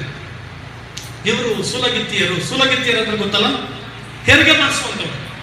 ಆಗಿನ ಈಗೆಲ್ಲ ಆಸ್ಪತ್ರೆಗಳಿದೆ, ಸಾಮಾನ್ಯ ಈಗ ಎಲ್ಲಾ ಕಡೆಗಳಲ್ಲೂ ಆಸ್ಪತ್ರೆ ಇದೆ. ಆದ್ರೆ ಸುಮಾರು ವರ್ಷಗಳ ಹಿಂದೆ ಆಸ್ಪತ್ರೆಗಳಿಲ್ಲದೆ ಇರುವ ಸಂದರ್ಭದಲ್ಲಿ ಸೂಲಗಿತ್ತಿಯರು ಅಂದ್ರೆ ಹೆರಿಗೆಯನ್ನ ಮಾಡಿಸುವಂತ ಜನರು ಸಮಾಜದಲ್ಲಿದ್ದರು. ಅವರು ಈ ಹೆರಿಗೆ ಮಾಡಿಸುವಾಗ ದೇವರಿಗೆ ಭಯಪಟ್ಟು ಗಂಡು ಮಕ್ಕಳನ್ನು ಉಳಿಸ್ತಾ ಇದ್ರಂತೆ. ಆ ಸಂದರ್ಭದಲ್ಲಿನೇ ಮೋಶೆ ಹುಟ್ಟಿದಾಗ ಅವನ ತಂದೆ ತಾಯಿಗಳು ಬಚ್ಚಿಟ್ಬಿಡ್ತಾರೆ. ಅವ್ರ ತಂದೆ ತಾಯಿಗಳು 3 ತಿಂಗಳು ಬಚ್ಚಿಟ್ಕೊಂಡು ಆಮೇಲೆ ಅವನ್ನ ಬಚ್ಚಿಡೋಕ್ಕಾಗದೆ ಅವ್ರೇನ್ ಮಾಡ್ತಾರೆ, ದೇವ್ರಲ್ಲಿ ಬಿಟ್ಬಿಡ್ತಾರೆ. ನೋಡಿ, ದೇವರು ತಾನೊಂದು ಪ್ಲಾನ್ ಅನ್ನ ಮಾಡಿದ್ರೆ ಆತನು ಉದ್ದೇಶವನ್ನ ನೆರವೇರಿಸುವುದು. ಆ ಉದ್ದೇಶಗಳನ್ನ ಮಾಡುವಂತವರು ರೂಟ್ ಮ್ಯಾಪ್ ಮಾಡ್ಬಿಡ್ತಾರೆ. ಅವರು ಒಬ್ಬ ಮನುಷ್ಯನ ಬಗ್ಗೆ ದೇವರು ಒಂದು ಪ್ಲಾನ್ ಮಾಡಿದ್ರೆ ಆತನ ಜೀವನಕ್ಕೆ ಒಂದು ರೂಟ್ ಮ್ಯಾಪ್ ಮಾಡ್ಬಿಡ್ತಾರೆ. ಮೋಶೆಯನ್ನು ಉಳಿಸ್ಬೇಕು ಇವಾಗ ದೇವರು. ಅದಕ್ಕೆ ಏನ್ ಮಾಡಿದ್ರು ಗೊತ್ತಾ, ಫರೋಹನ ಮಗಳು ಸ್ಥಾನಕ್ಕೆ ಬರೋ ಸಮಯಕ್ಕೆ ಸರಿಯಾಗಿ ಮೋಶೆ ಏನ್ ಮಾಡ್ತಾನೆ, ನೀರಿನಲ್ಲಿ ತೇಲಾಡ್ಕೊಂಡು ಅಳುತ್ತಾ ಬರ್ತಾನೆ. ಆ ಆಪು ಹುಲ್ಲಿನ ಮೇಲೆ ಅವನ ಮೋಶೆಯನ್ನು ಮಲಗಿಸಿ ಕಳಿಸ್ಬಿಟ್ಟಾಗ ಅಲ್ಲಿ ಫರೋಹನ ಮಗಳು ಸ್ಥಾನಕ್ಕೆ ಬರೋದಕ್ಕೂ ಮೋಶೆಯ ಅಳುವಿನ ಸ್ವರ ಕೇಳೋದಕ್ಕೂ ಸಮಯ ಒಂದೇ. ಪ್ರಿಯ ದೇವರ ಮಕ್ಕಳೇ, ನಿನ್ ಜೀವಿತದಲ್ಲಿ ತಿಳ್ಕೊಂಡಿದ್ಯಾ, ದೇವರು ತಕ್ಕ ಸಮಯದಲ್ಲಿ ಕಾರ್ಯಗಳು ಮಾಡುತ್ತ ದೇವರು, ತಕ್ಕ ಸಮಯದಲ್ಲಿ ಅದ್ಭುತಗಳು ಮಾಡುತ್ತ ದೇವರು, ತಕ್ಕ ಸಮಯದಲ್ಲಿ ನಿನ್ಗೆ ಏನ್ ಸಹಾಯ ಬೇಕಾ ಸಹಾಯವನ್ನು ಮಾಡುವಂತ ಏಕೈಕ ದೇವರು ಆತನು.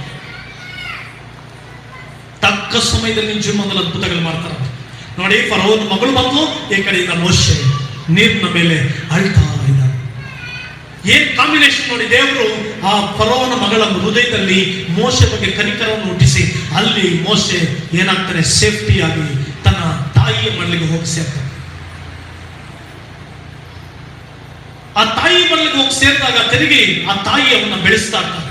ಅಲ್ಲಿ ಮೋಶೆ 40 ವರ್ಷ ಐಗುಪ್ತ ದೇಶದಲ್ಲಿ ಇರ್ತಾನೆ. ಐಗುಪ್ತ ದೇಶದ ಕಷ್ಟ, ದುಃಖ, ನೋವು, ಐಗುಪ್ತ ದೇಶದ ಎಲ್ಲ ಹಿಂಸೆ ಮಾತ್ರವಲ್ಲದೆ ಎಲ್ಲ ಕಾರ್ಯಗಳನ್ನ ಕಂಡಂತ ಮೋಶೆ ಕೋಪ ರೋಷದೊಂದಿಗೆ ಎದ್ದೋಗ್ತಾನೆ. ಕೋಪ ರೋಷದೊಂದಿಗೆ ಎದ್ದು ಒಂದು ದಿನ ಏನ್ ಮಾಡ್ತಾನೆ, ಐಗುಪ್ತ ದೇಶಕ್ಕೆ ಸುಮ್ಮನೆ ಜರ್ನಿ ಹೋಗ್ತಾನೆ ನೋಡ್ಲಿಕ್ಕೆ. ಇಸ್ರಾಯೇಲ್ ನೋಡ್ಲಿಕ್ಕೆ ಹೋದಾಗ ಐಗುಪ್ತ ದೇಶದವನೊಬ್ಬನು ಇಸ್ರಾಯೇಲ್ ಹೊಡಿತಾ ಇರುವಾಗ ಐಗುಪ್ತನನ್ನ ಕೊಲೆ ಮಾಡ್ಬಿಡ್ತಾನೆ. ಕೋಪ ರೋಷದಿಂದ ಕುದಿತಾ ಇದೆ, ನನ್ನ ಜನರನ್ನ ಬಿಡುಗಡೆ ಮಾಡ್ಬೇಕು, ದೇವ್ರ ಪ್ಲಾನ್ ಇಸ್ರಾಯೇಲ್ರನ್ನ ಬಿಡುಗಡೆ ಮಾಡ್ಬೇಕು. ಆದ್ರೆ ಅವ್ರ ಪರ್ಪಸ್ ಎಷ್ಟು ಸುತ್ತಾಕೊಂಡು ಬರ್ತಾ ಇದೆ ನೋಡಿ, ಅವ್ರ ಉದ್ದೇಶ ಯಾವ ರೀತಿ ದೇವ್ರು ನೆರವೇರಿಸ್ಕೊಳ್ತಾ ಇದ್ದಾರೆ ನೋಡಿ. ನಾವು ಅಷ್ಟೇ ಅಲ್ಲ, ನಾವು ಕೆಲವು ಸಾರಿ ನಾವು ಬಹಳ ಕೋಪಿಷ್ಠರಾಗ್ಬಿಡ್ತೀವಿ. ಇಲ್ಲ, ನಾವು ಇದೇ ರೀತಿ ಮಾಡಬೇಕು. ನಮ್ಮ ಜೀವನದಲ್ಲಿ ಮಾನುಷಿಕರಾದಂತ ನಾವು, ಮಾನುಷಿಕ ಜೀವನದಲ್ಲಿ ನಾವು ಬಹಳ ರೋಷದಿಂದ ನಾವು ಎದ್ದೊಳ್ತೇವೆ. ಆದ್ರೆ ಮೋಶೆ ಅದೇ ರೀತಿ ಕೋಪ ರೋಷಗಳಿಂದ ಬೆಳೆದು ಇಸ್ರಾಯೇಲ್ರ ಬಿಡುಗಡೆ ಮಾಡ್ಲಿಕ್ಕೆ ಹೋದ. ಐಗುಪ್ತ ದೇಶದವನ್ನ ಕೊಲೆ ಮಾಡಿಬಿಡ್ತಾನೆ. ಆಗ ಅವನು ಐಗುಪ್ತ ದೇಶದಿಂದ ತಿರುಗಿ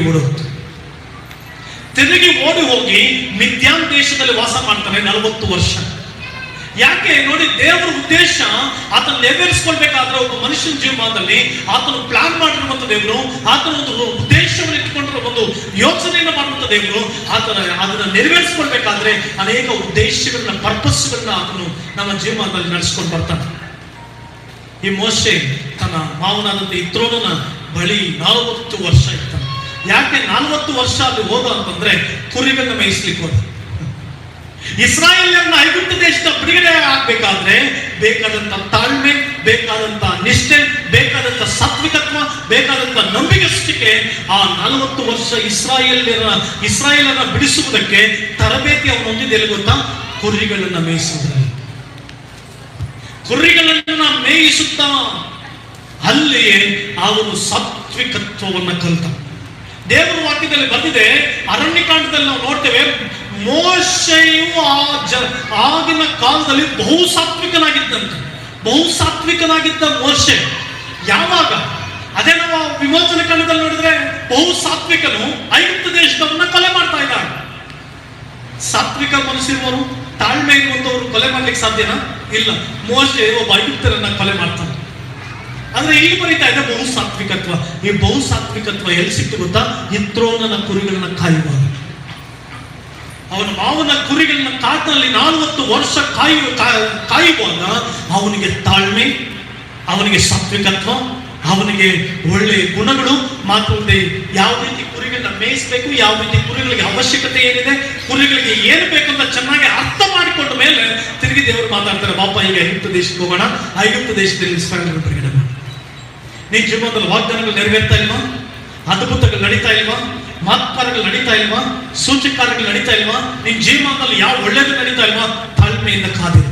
ನಿನ್ ಜೀವನದಲ್ಲಿ ದೇವರು ಏನೋ ಒಂದು ಉದ್ದೇಶವನ್ನು ಇಟ್ಕೊಂಡಿದ್ದಾನೆ, ಆ ಉದ್ದೇಶಕ್ಕೆ ನೀನು ನಡೆಸ್ತಾ ಇದ್ದಾನೆ. ಕಾಯಿಲೆ ಪ್ರಾರ್ಥಿಸಿ ಕಾಯಿಲೆ ವಾಸಿ ಆಗ್ಲಿಲ್ವಾ? ಆ ಕಾಯಿಲೆಯಲ್ಲಿ ನಿನಗೆ ಕಲಿಸ್ಬೇಕಾದ ಪಾಠವೇನೋ ಇದೆ. ಬಡತನ ಬಿಡುಗಡೆಗಾಗಿ ಪ್ರಾರ್ಥಿಸಿ ಬಡತನ ಬಿಡುಗಡೆ ಆಗಿಲ್ವಾ? ನಿನ್ ಬಡತನದಲ್ಲಿ ನೀನು ಕಲ್ತುಕೊಳ್ಬೇಕಾದಂತ ಏನೋ ಕಾರ್ಯ ಇದೆ.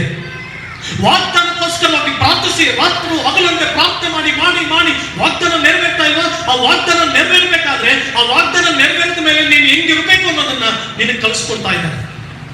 ಸಹೋದರ, ಎಷ್ಟೋ ಜನ ನಾವು ಕಲ್ತ್ಕೊಳ್ಳಲ್ಲ. ನಿನಗೆ ದೇವರೇನೋ ಕಲಿಸ್ಕೊಡ್ತಾ ಇದ್ದಾನೆ, ಯಾವ ರೀತಿ ಜೀವಿಸಬೇಕು, ಯಾವ ರೀತಿ ಇರಬೇಕೆಂಬುದ ಪಾಠವನ್ನ ಕಲಿಸ್ಕೊಡ್ತಾ ಇದ್ದಾರೆ. ಆ ಪಾಠವನ್ನ ನೀನು ಕಲಿಬೇಕು. ಒಂದು ಕಷ್ಟ ಬಂತು ಅಂದ್ರೆ, ಕಷ್ಟದಲ್ಲಿ ನಾವು ದೀರ್ಘವಾಗಿ ಹಾದು ಹೋಗ್ತಾ ಇದೀವಿ ಅಂತಂದ್ರೆ ಅದರರ್ಥ ದೇವರು ನಮಗೇನೋ ಪಾಠವನ್ನ ಕಲಿಸ್ತಾ ಇರ್ತಾರೆ, ನಮಗೇನೋ ವಿವೇಚನೆಯನ್ನ ದೇವರು ನಮ್ಗೆ ಕಲಿಸ್ಕೊಡ್ತಾ ಇರ್ತಾನೆ. ನಿನ್ನ ಮನೆ ಕಟ್ಟೋದ್ರ ವಿಷಯದಲ್ಲಿ ಪ್ರಾರ್ಥಿಸಿ ದೇವರು ಉತ್ತರ ಕೊಟ್ಟಿಲ್ವಾ? ನಿನಗೆ ಉತ್ತಮವಾದ ಮನೆ ಕೊಟ್ರೆ ನೀನು ಒಂದು ವೇಳೆ ಅಹಂಕಾರಿ ಆಗ್ಬೋದು, ಅಹಂಭಾವಿ ಆಗ್ಬೋದು, ಒಂದು ವೇಳೆ ದೇವರಿಗಿಂತಲೂ ನಿನ್ನನ್ನು ಹೆಚ್ಚಿಸ್ಕೊಳ್ಬಹುದು. ಅದಕ್ಕೆ ದೇವರು ನಿನ್ನ ಜೀವನದಲ್ಲಿ ಪಾಳು ಬಿದ್ದಿರುವಂತ ಜೀವನದಲ್ಲಿ ನಿನಗೆ ಪಾಠವನ್ನ ಕಲಿಸ್ಕೊಡ್ತಾನೆ. ರೋಗಾವಸ್ಥೆಯಲ್ಲಿ ಇರುವಾಗಲೇ ದೇವರು ನಿನ್ಗೇನೋ ಪಾಠವನ್ನ ಕಲಿಸ್ಕೊಡ್ತಾ ಇದ್ದಾನೆ. ಕಮ್ಮಿ ಸಂಬಳ ಇರುವಾಗ, ಹಣ ಕಮ್ಮಿ ಓಡಾಡುವಂಥದ್ದು, ನಿನ್ನ ಜೀವನದಲ್ಲಿ ಹಣ ಕಮ್ಮಿ ಓಡಾಡುವಾಗ ನಿನಗೆ ದೇವರು ಏನೋ ಕಲಿಸ್ಕೊಡ್ತಾ ಇರ್ತಾನೆ, ಅದನ್ನು ಕಲ್ತ್ಕೊ. ಪ್ರಮೋಷನ್ ನಿನ್ನ ಜೀವನದಲ್ಲಿ ಪ್ರಾರ್ಥಿಸಿ ನಿನಗೆ ಸಿಗ್ತಾ ಇಲ್ಲ ಅಂತಂದ್ರೆ ದೇವರು ಈ ಡ್ಯೂರಿಂಗ್ ಪೀರಿಯಡ್ ನಲ್ಲಿ ನಿನ್ನ ಜೀವನದಲ್ಲಿ ದೇವರು ನಿನಗೆ ಏನೋ ಕಲಿಸ್ಕೊಡ್ತಾ ಇದ್ದಾನೆ, ಕಲಿ. ನಿನ್ನ ಬದುಕಿನಲ್ಲಿ ದೇವರನ್ನ ಕಲಿಸ್ಕೊಡ್ತಾ ಕಳ್ಸಿಕೊಡ್ತಾ ಇದ್ದಾನೆ. ನಿನ್ನ ಒಂದು ಕಂಪನಿ ಸ್ಟಾರ್ಟ್ ಮಾಡಿದ್ಯಾ, ಆ ಕಂಪನಿ ಮುಂದುವರಿಸ್ಕೊಂಡು ಹೋಗಕ್ ಆಗ್ತಾ ಇಲ್ಲ, ಆ ಕಂಪನಿಗೆ ವ್ಯಾಪಾರ ಆಗ್ತಾ ಇಲ್ಲ, ಬಿಸಿನೆಸ್ ಆಗ್ತಾ ಇಲ್ಲ ಅಂತಂದ್ರೆ ದೇವರು ನಿನ್ಗೇನೋ ಕಳ್ಸಿಕೊಡ್ತಾ ಇದ್ದಾನೆ. ದೇವರ ಸಾನ್ನಿಧ್ಯವನ್ನು ಕಳ್ಸಿಕೊಡ್ತಾ ಇದ್ದಾನೆ, ದೇವರ ಪ್ರಸನ್ನತೆಯನ್ನು ಕಳ್ಸಿಕೊಡ್ತಾ ಇದ್ದಾನೆ, ಏನೋ ಪಾಠವನ್ನೇ ಕಳ್ಸಿಕೊಡ್ತಾ ಇದ್ದಾನೆ. ಕಲಿ ದೇವರ ಉದ್ದೇಶವನ್ನು ಅರ್ಥ ಮಾಡ್ಕೋ. ನಿನ್ ಜೀವನದಲ್ಲಿ ಒಂದು ಕಷ್ಟಕ್ಕೆ ಪ್ರತಿಯೊಬ್ಬ ದೇವರ ಮಕ್ಕಳ ಜೀವನದಲ್ಲಿ ಯಾವುದೋ ಒಂದು ಪರಿಸ್ಥಿತಿ ಅವ್ರು ಹಾದು ಹೋಗ್ತಾರಂದ್ರೆ ಅದ್ರ ಅರ್ಥ ದೇವರು ಏನೋ ಉದ್ದೇಶ ಇಟ್ಕೊಂಡಿರ್ತಾನೆ. ಯಾಕಂದ್ರೆ ಆತನ ಪ್ಲಾನ್ ಮತ್ತೆ ಆತನ ಪರ್ಪಸ್ ಸರಿಯಾಗಿ ಅರ್ಥ ಮಾಡ್ಕೊಳ್ಬೇಕು ಪ್ರಿಯ ದೇವರ ಮಕ್ಕಳೇ. ಇಲ್ಲಿ ಮೋಶೆಯನ್ನು ಪ್ರೇರೇಪಿಸಿ ದೇವರು ಇಸ್ರಾಯೇಲರನ್ನ ಕರ್ಕೊಂಡು ಬಂದಾಗ, ಇಸ್ರಾಯೇಲರಿಗೆ ಬೆಳಗ್ಗೆ ಬಂದಾಗ ಆಗಾಗಲೇ ಇಸ್ರಾಯೇಲರು ಬೆಳೆದು ಹೆಮ್ಮರವಾಗಿ ಮಾರ್ಪಟ್ಟಿರ್ತಾರೆ. ಆಗ ಮೋಶೆ ಧೈರ್ಯವಾಗಿ ಫರೋಹನ ಮುಂದೆ ಹೋಗಿ ಹೇಳ್ತಾನೆ, ಫರೋಹ, ನನ್ನ ಜನರನ್ನ ನೀನು ಬಿಡು ಅಂತ ದೇವರು ಹೇಳ್ತಾ ಇದ್ದಾನೆ. ಕಮಾನ್, ಬಿಡು, ಈಗ ನನ್ನ ಜನರು ಆರಾಧಿಸ್ಬೇಕು. ಕಾನಾನ್ ದೇಶಕ್ಕೆ ಕರ್ಕೊಂಡು ಬಂದ, ಕಾನಾನ್ ದೇಶದ ರಾಜ್ಯಗಳನ್ನ ಸಂಹಾರ ಮಾಡ್ದ, ಕಾನಾನ್ ದೇಶವನ್ನ ಹಂಚಿಕೊಟ್ಟ. ಮೋಶೆ ಆದ್ಮೇಲೆ ಯೆಹೋಶುವ ಬಂದ. ಯೆಹೋಶುವ ಇಸ್ರಾಯೇಲರಿಗೆ ಪರಿಪೂರ್ಣವಾಗಿ ಆಸ್ತಿಗಳನ್ನ ಸಂಪಾದನೆ ಮಾಡಿಕೊಟ್ಟ. ಪ್ರಿಯ ಸಹೋದರನೇ ಸಹೋದರಿ, ನಿನ್ ಜೀವನದ ಪರೀಕ್ಷೆ ಯಾವುದು, ನಿನ್ ಜೀವಿತದ ವೇದನೆ ಯಾವುದು, ನಿನ್ ಜೀವಿತದ ನೆಲೆ ಯಾವುದು, ನಿನ್ ಜೀವನದಲ್ಲಿ ಯಾವುದು? ಎಷ್ಟೋ ಸಾರಿ ನಮ್ಗೆ ತಾಳ್ಮೆ ಇರೋದಿಲ್ಲ, ನಾವು ತಾಳ್ಮೆಯಲ್ಲಿ ಕೆಡಿಸ್ಕೊಂಡ್ಬಿಡ್ತೇವೆ. ದೇವರು ಪ್ಲಾನ್, ದೇವರು ನಮಗೆ ವಾಗ್ದಾನ ಮಾಡಿದ್ದಾರೆ, ದೇವರು ನನ್ನ ವಾಗ್ದಾನ ನೆರವೇರಿಸಲಿ, ದೇವರು ನನ್ನ ಜೀವನದಲ್ಲಿ ಅದ್ಭುತ ಮಾಡಲಿ, ಆರೋಗ್ಯವನ್ನು ಕೊಡ್ಲಿ, ಉತ್ತಮವಾದ ಕಾರ್ಯ ಮಾಡಲಿ. ದೇವರು ನಿನ್ ಬದುಕಿನಲ್ಲಿ ಒಂದು ಪರ್ಪಸ್ ಇಟ್ಟಿದ್ದಾನೆ. ಆ ಪರ್ಪಸ್ ನಲ್ಲಿ ನೀನು ಹಾದು ಹೋಗ್ಬೇಕು. ಹಾದು ಹೋಗುವಾಗ ತಾಳ್ಮೆ, ದೀರ್ಘಶಾಂತಿ ಮಾತ್ರವಲ್ಲದೆ ಸಾತ್ವಿಕತ್ವ, ಉತ್ತಮ ಗುಣಗಳನ್ನ ನೀನು ಕಲಿಬೇಕು. ನೀನು ಮುಂದೊಂದು ದಿನ ಒಂದು ದೊಡ್ಡ ಬಿಸಿನೆಸ್ ಮ್ಯಾನ್ ಆಗ್ಬೋದು, ಒಂದು ದೊಡ್ಡ ವ್ಯಾಪಾರಸ್ಥನಾಗ್ಬೋದು, ಮುಂದೊಂದು ದಿನ ನೀನು ಉನ್ನತವಾದ ಪದವಿಯಲ್ಲಿರ್ಬೋದು, ಮುಂದೊಂದು ದಿನ ನಿನ್ನ ಕೈನಲ್ಲಿ ಹಣಕಾಸು ಅತಿ ಹೆಚ್ಚಾಗಿ ಓಡಾಡಬಹುದು. ಒಂದು ದಿನ ನಿನಗೆ ಬರ್ಲಿಕ್ಕೆ ಹೋಗುತ್ತೆ, ನಿನ್ನ ಜೀವನದಲ್ಲಿ ಅತಿ ಶ್ರೇಷ್ಠವಾದ ಆರೋಗ್ಯ, ಉತ್ತಮವಾದ ಆರೋಗ್ಯ, ಉತ್ತಮವಾದ ಹಣ, ಅತ್ಯುತ್ತಮವಾದ ಪೊಸಿಷನ್ ನಿನ್ನ ಜೀವನದಲ್ಲಿ ಬರ್ಬೋದು. ಅಲ್ಲಿ ನೀನು ಸರಿಯಾಗಿರ್ಬೇಕಾದ್ರೆ ಅವರ ಉದ್ದೇಶದಲ್ಲಿ ನೀನು ನಡೀಲೇಬೇಕು. ಹಲ್ಲೆಲೂಯಾ. ಅವರ ಉದ್ದೇಶವನ್ನ, ಆತನ ಪ್ಲಾನ್ ಅನ್ನ ಅರ್ಥ ಮಾಡಿಕೊ. ಇಸ್ರಾಯೇಲರು ಬಿಡುಗಡೆ ಆದರೂ ಇಸ್ರಾಯೇಲರ ಜೀವನದಲ್ಲಿ ಅದ್ಭುತಗಳು ನಡೀತು. ಯೆರೆಮೀಯ 29ನೇ ಅಧ್ಯಾಯ 11ನೇ ವಚನ ಓದ್ಕೊಳ್ಳೋಣ. ಯೆರೆಮೀಯ 29.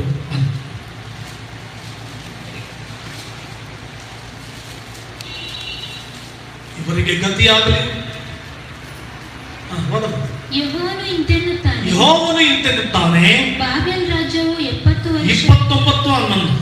ಯೆರೆಮೀಯ 29:11. ಇವರಿಗೆ ಗತಿಯಾಗಲಿ, ನಿರೀಕ್ಷೆ ಇರಲಿ ಎಂದು ನಾನು ನಿಮ್ಮ ವಿಷಯದಲ್ಲಿ ಮಾಡಿಕೊಳ್ಳುತ್ತಿರುವ ಆಲೋಚನೆಗಳನ್ನು ನಾನೇ ಬಲ್ಲೆನು. ಅವು ಅಹಿತದ ಆಲೋಚನೆಗಳಲ್ಲ, ಹಿತದ ಆಲೋಚನೆಗಳೇ. ದೇವರು ನಿನ್ನ ಬಗ್ಗೆ ಉತ್ತಮವಾದ ಪ್ಲಾನ್ಗಳು ಇಟ್ಕೊಂಡಿದ್ದಾರೆ, ಉತ್ತಮವಾದ ಶ್ರೇಷ್ಠವಾದ ಜೀವಿತವನ್ನು ಇಟ್ಕೊಂಡಿದ್ದಾರೆ. ಸಹೋದರಿ ಸಹೋದರ, ಇವತ್ತು ನೀನ್ ಏನ್ ಪೊಸಿಷನ್ ಅಲ್ಲಿ ಇದೆಯೋ, ಏನ್ ಜೀವನದಲ್ಲಿ ಇದೆಯೋ, ನೀನ್ ಇವತ್ತು ಯಾವ ಸ್ಥಿತಿಯಲ್ಲಿ ಇದೆಯೋ, ಯಾವ ಪರಿಸ್ಥಿತಿಯಲ್ಲಿದೆಯೋ, ನಿನ್ನ ಕಂಪನಿಯಲ್ಲಿ ಹೇಗಿದೆಯೋ, ನಿನ್ನ ಕೆಲಸ ಹೇಗಿದೆಯೋ, ನಿನ್ನ ವ್ಯಾಪಾರ ಹೇಗಿದೆಯೋ, ಇದು ನಿನ್ನ ಜೀವನ ಅಲ್ಲ, ಇದು ನಿನ್ನ ಆರಂಭ. ದೇವರು ಅದಕ್ಕೆ ಯೋಬನಿಗೆ ಹೇಳ್ತಾನೆ, ನಿನ್ನ ಆರಂಭವು ಅಲ್ಪವಾಗಿದ್ರು ಅಂತ್ಯವು ಬಹಳ ವೃದ್ಧಿ ಹೊಂದುವುದು. ಇವತ್ತು ನೀನ್ ಏನಾಗಿದೆಯೋ, ನೀನು ನೋಡ್ತಾ ಇರುವಂತ ಆಶೀರ್ವಾದ ಕೇವಲ ಒಂದು ಮೆಟ್ಟಿಲಿನಲ್ಲಿ ಇದೆಯಾ. ಉತ್ತಮವಾದ ಜೀವಿತ ಇಟ್ಟಿದ್ದಾರೆ, ಶ್ರೇಷ್ಠವಾದ ಜೀವಿತ ಇಟ್ಟಿದ್ದಾರೆ, ಅತ್ಯುತ್ತಮವಾದ ಬದುಕು ನಿನಗೋಸ್ಕರವಾಗಿ ಇಟ್ಟಿದ್ದಾರೆ. ಅವರ ಪ್ಲಾನ್ ಅದು ನಿಂದು. ಆದ್ರೆ ನೀನು ಹಾದು ಹೋಗುವಾಗ ದೇವರ ಉದ್ದೇಶ, ಕೆಲವು ಸಾರಿ ಕಷ್ಟಗಳು, ತೊಂದರೆಗಳು, ಕೆಲವು ಪರೀಕ್ಷೆಗಳು ದೇವರಿಗೆ ಕೊಡ್ತಾನೆ. ಕೆಲವು ಪರೀಕ್ಷೆಗಳನ್ನು ನೀನು ಬರೀಬೇಕಾಗುತ್ತೆ, ಕೆಲವು ಪರೀಕ್ಷೆಗಳನ್ನು ನೀನು ಹಾದು ಹೋಗ್ಬೇಕಾಗುತ್ತೆ. ಹಾದು ಹೋಗುವಾಗ ನೀನು ಯಾವಾಗ, ಅದಕ್ಕೆ ದೇವರ ವಾಕ್ಯದಲ್ಲಿ ಬಂದಿದೆ, ಅವರು ಕಣ್ಣೀರಿನ ತಗ್ಗನ್ನು ದಾಟುವಾಗ ಬಿಸಿ ನೀರಿನ ಹೊರತೆಗಳನ್ನ ಕಂಡುಹಿಡಿದ್ರಂತ. ಹೊರತೆಗಳನ್ನ ಕಂಡುಹಿಡಿದ್ರು. ಯಾವ ಕಣ್ಣೀರಿನ ತಗ್ಗನ್ನು ದಾಟುವಾಗ ನಿನ್ನ ಜೀವನದಲ್ಲಿ ಅನಾರೋಗ್ಯದ ತಗ್ಗನ್ನು ದಾಟ್ತಾ ಇದೆಯಾ, ಕಷ್ಟದ ತಗ್ಗನ್ನು ದಾಟ್ತಾ ಇದೆಯಾ, ವೇದನೆಯ ತಗ್ಗನ್ನು ದಾಟ್ತಾ ಇದೆಯಾ, ಹಿಂಸೆಯ ತಗ್ಗನ್ನು ದಾಟ್ತಾ ಇದೆಯಾ, ಡು ನಾಟ್ ಫಿಯರ್, ಭಯಪಡಬೇಡ. ತಗ್ಗನ್ನು ದಾಟುವಾಗ ಅವರೇ ಹೊರತೆಗಳನ್ನ ಕಾಣುವಂತೆ ಮಾಡ್ತಾರೆ. ಹೊರತೆಗಳು ನೀನು ಕಾಣ್ತೀಯ. ನಿನ್ನ ಜೀವನದಲ್ಲಿ ವರ್ಷ ಅತಿ ಶ್ರೇಷ್ಠವಾದ ಆಶೀರ್ವಾದಗಳು ನೀನು ಕಾಣ್ತೀಯ. ಆತನ ಉದ್ದೇಶಕ್ಕೆ ಅರ್ಥ ಮಾಡಿಕೊ, ಆತನ ಉದ್ದೇಶವನ್ನು ಅರ್ಥ ಮಾಡ್ಕೊಂಡು ಜೀವಿಸು. ಯಾರೇ ಇರಲಿ, ಕರ್ತನಿಗಾಗಿ ಸ್ತೋತ್ರ, ಕರ್ತನಿಗೆ ಸ್ತೋತ್ರ, ಕರ್ತನಿಗೆ ಸ್ತೋತ್ರ ಎಂಬ ನಿನ್ನ ಬಾಯಿ ಮಾತುಗಳಲ್ಲಿ, ಆತನು ಉತ್ತಮನೆಂಬ ಬಾಯಿ ಮಾತರಲ್ಲಿ, ಆತನು ಸರ್ವಶಕ್ತಿ ಎಂಬ ಬಾಯಿ ಮಾತರಲ್ಲಿ, ಆತನ ಕೃಪೆ ಶಾಶ್ವತವಾದದೆಂಬ ಬಾಯಿ ಮಾತರಲ್ಲಿ ಜೀವಿತವನ್ನು ಅತ್ಯುನ್ನತ ಸ್ಥಾನಕ್ಕೆ ನಡೆಸುವುದು. ಇಬ್ರಿಯ 10ನೇ ಅಧ್ಯಾಯ 36ನೇ ವಚನ. ಇಬ್ರಿಯ 10ನೇ ಅಧ್ಯಾಯ 36ನೇ ವಚನ.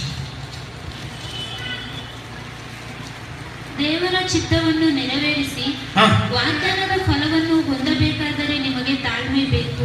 ಸ್ವಲ್ಪ ತಾಳ್ಮೆ ಇರಲಿ, ಸ್ವಲ್ಪ ತಾಳ್ಮೆ.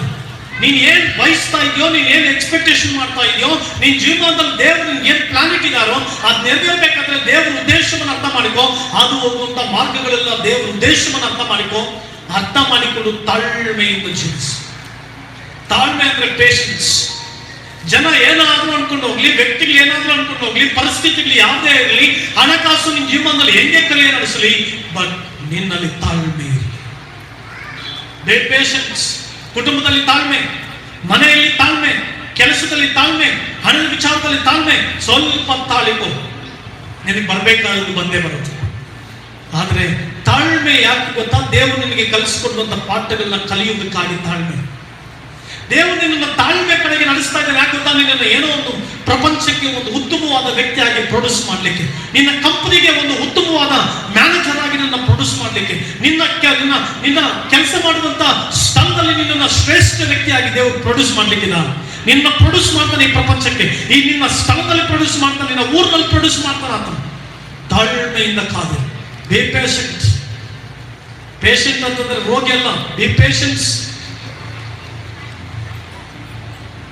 ರೋಗಿಯಾಗಿ ಆಡಬೇಡ, ತಾಳ್ಮೆಯಿಂದ ಜೀವಿಸು. ತಾಳ್ಮೆಯುಳ್ಳವಳಾಗಿ ಬದುಕು. ತಾಳ್ಮೆಯುಳ್ಳವನು. ನಿನಗೊಂದು ಜೀವನ ಇದೆ, ನಿನಗೊಂದು ಬದುಕಿದೆ ಸಹೋದರಿ ಸಹೋದರ.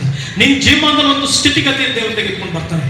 ಆದ್ದರಿಂದ understand God's plan and purpose.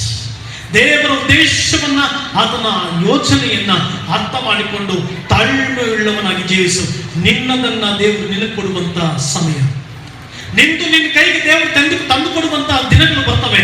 ಆಗ ನೀನು ವಿಜೃಂಭಣೆಯಿಂದ, ಹರ್ಷತ್ವನೆಯಿಂದ ನಿನ್ನ ಜೀವನದಲ್ಲಿ ಉತ್ಕೃಷ್ಟವಾದ ಆನಂದದಿಂದ ಜೀವಿಸುವಂತ ದಿನಗಳು ಬರ್ತವೆ.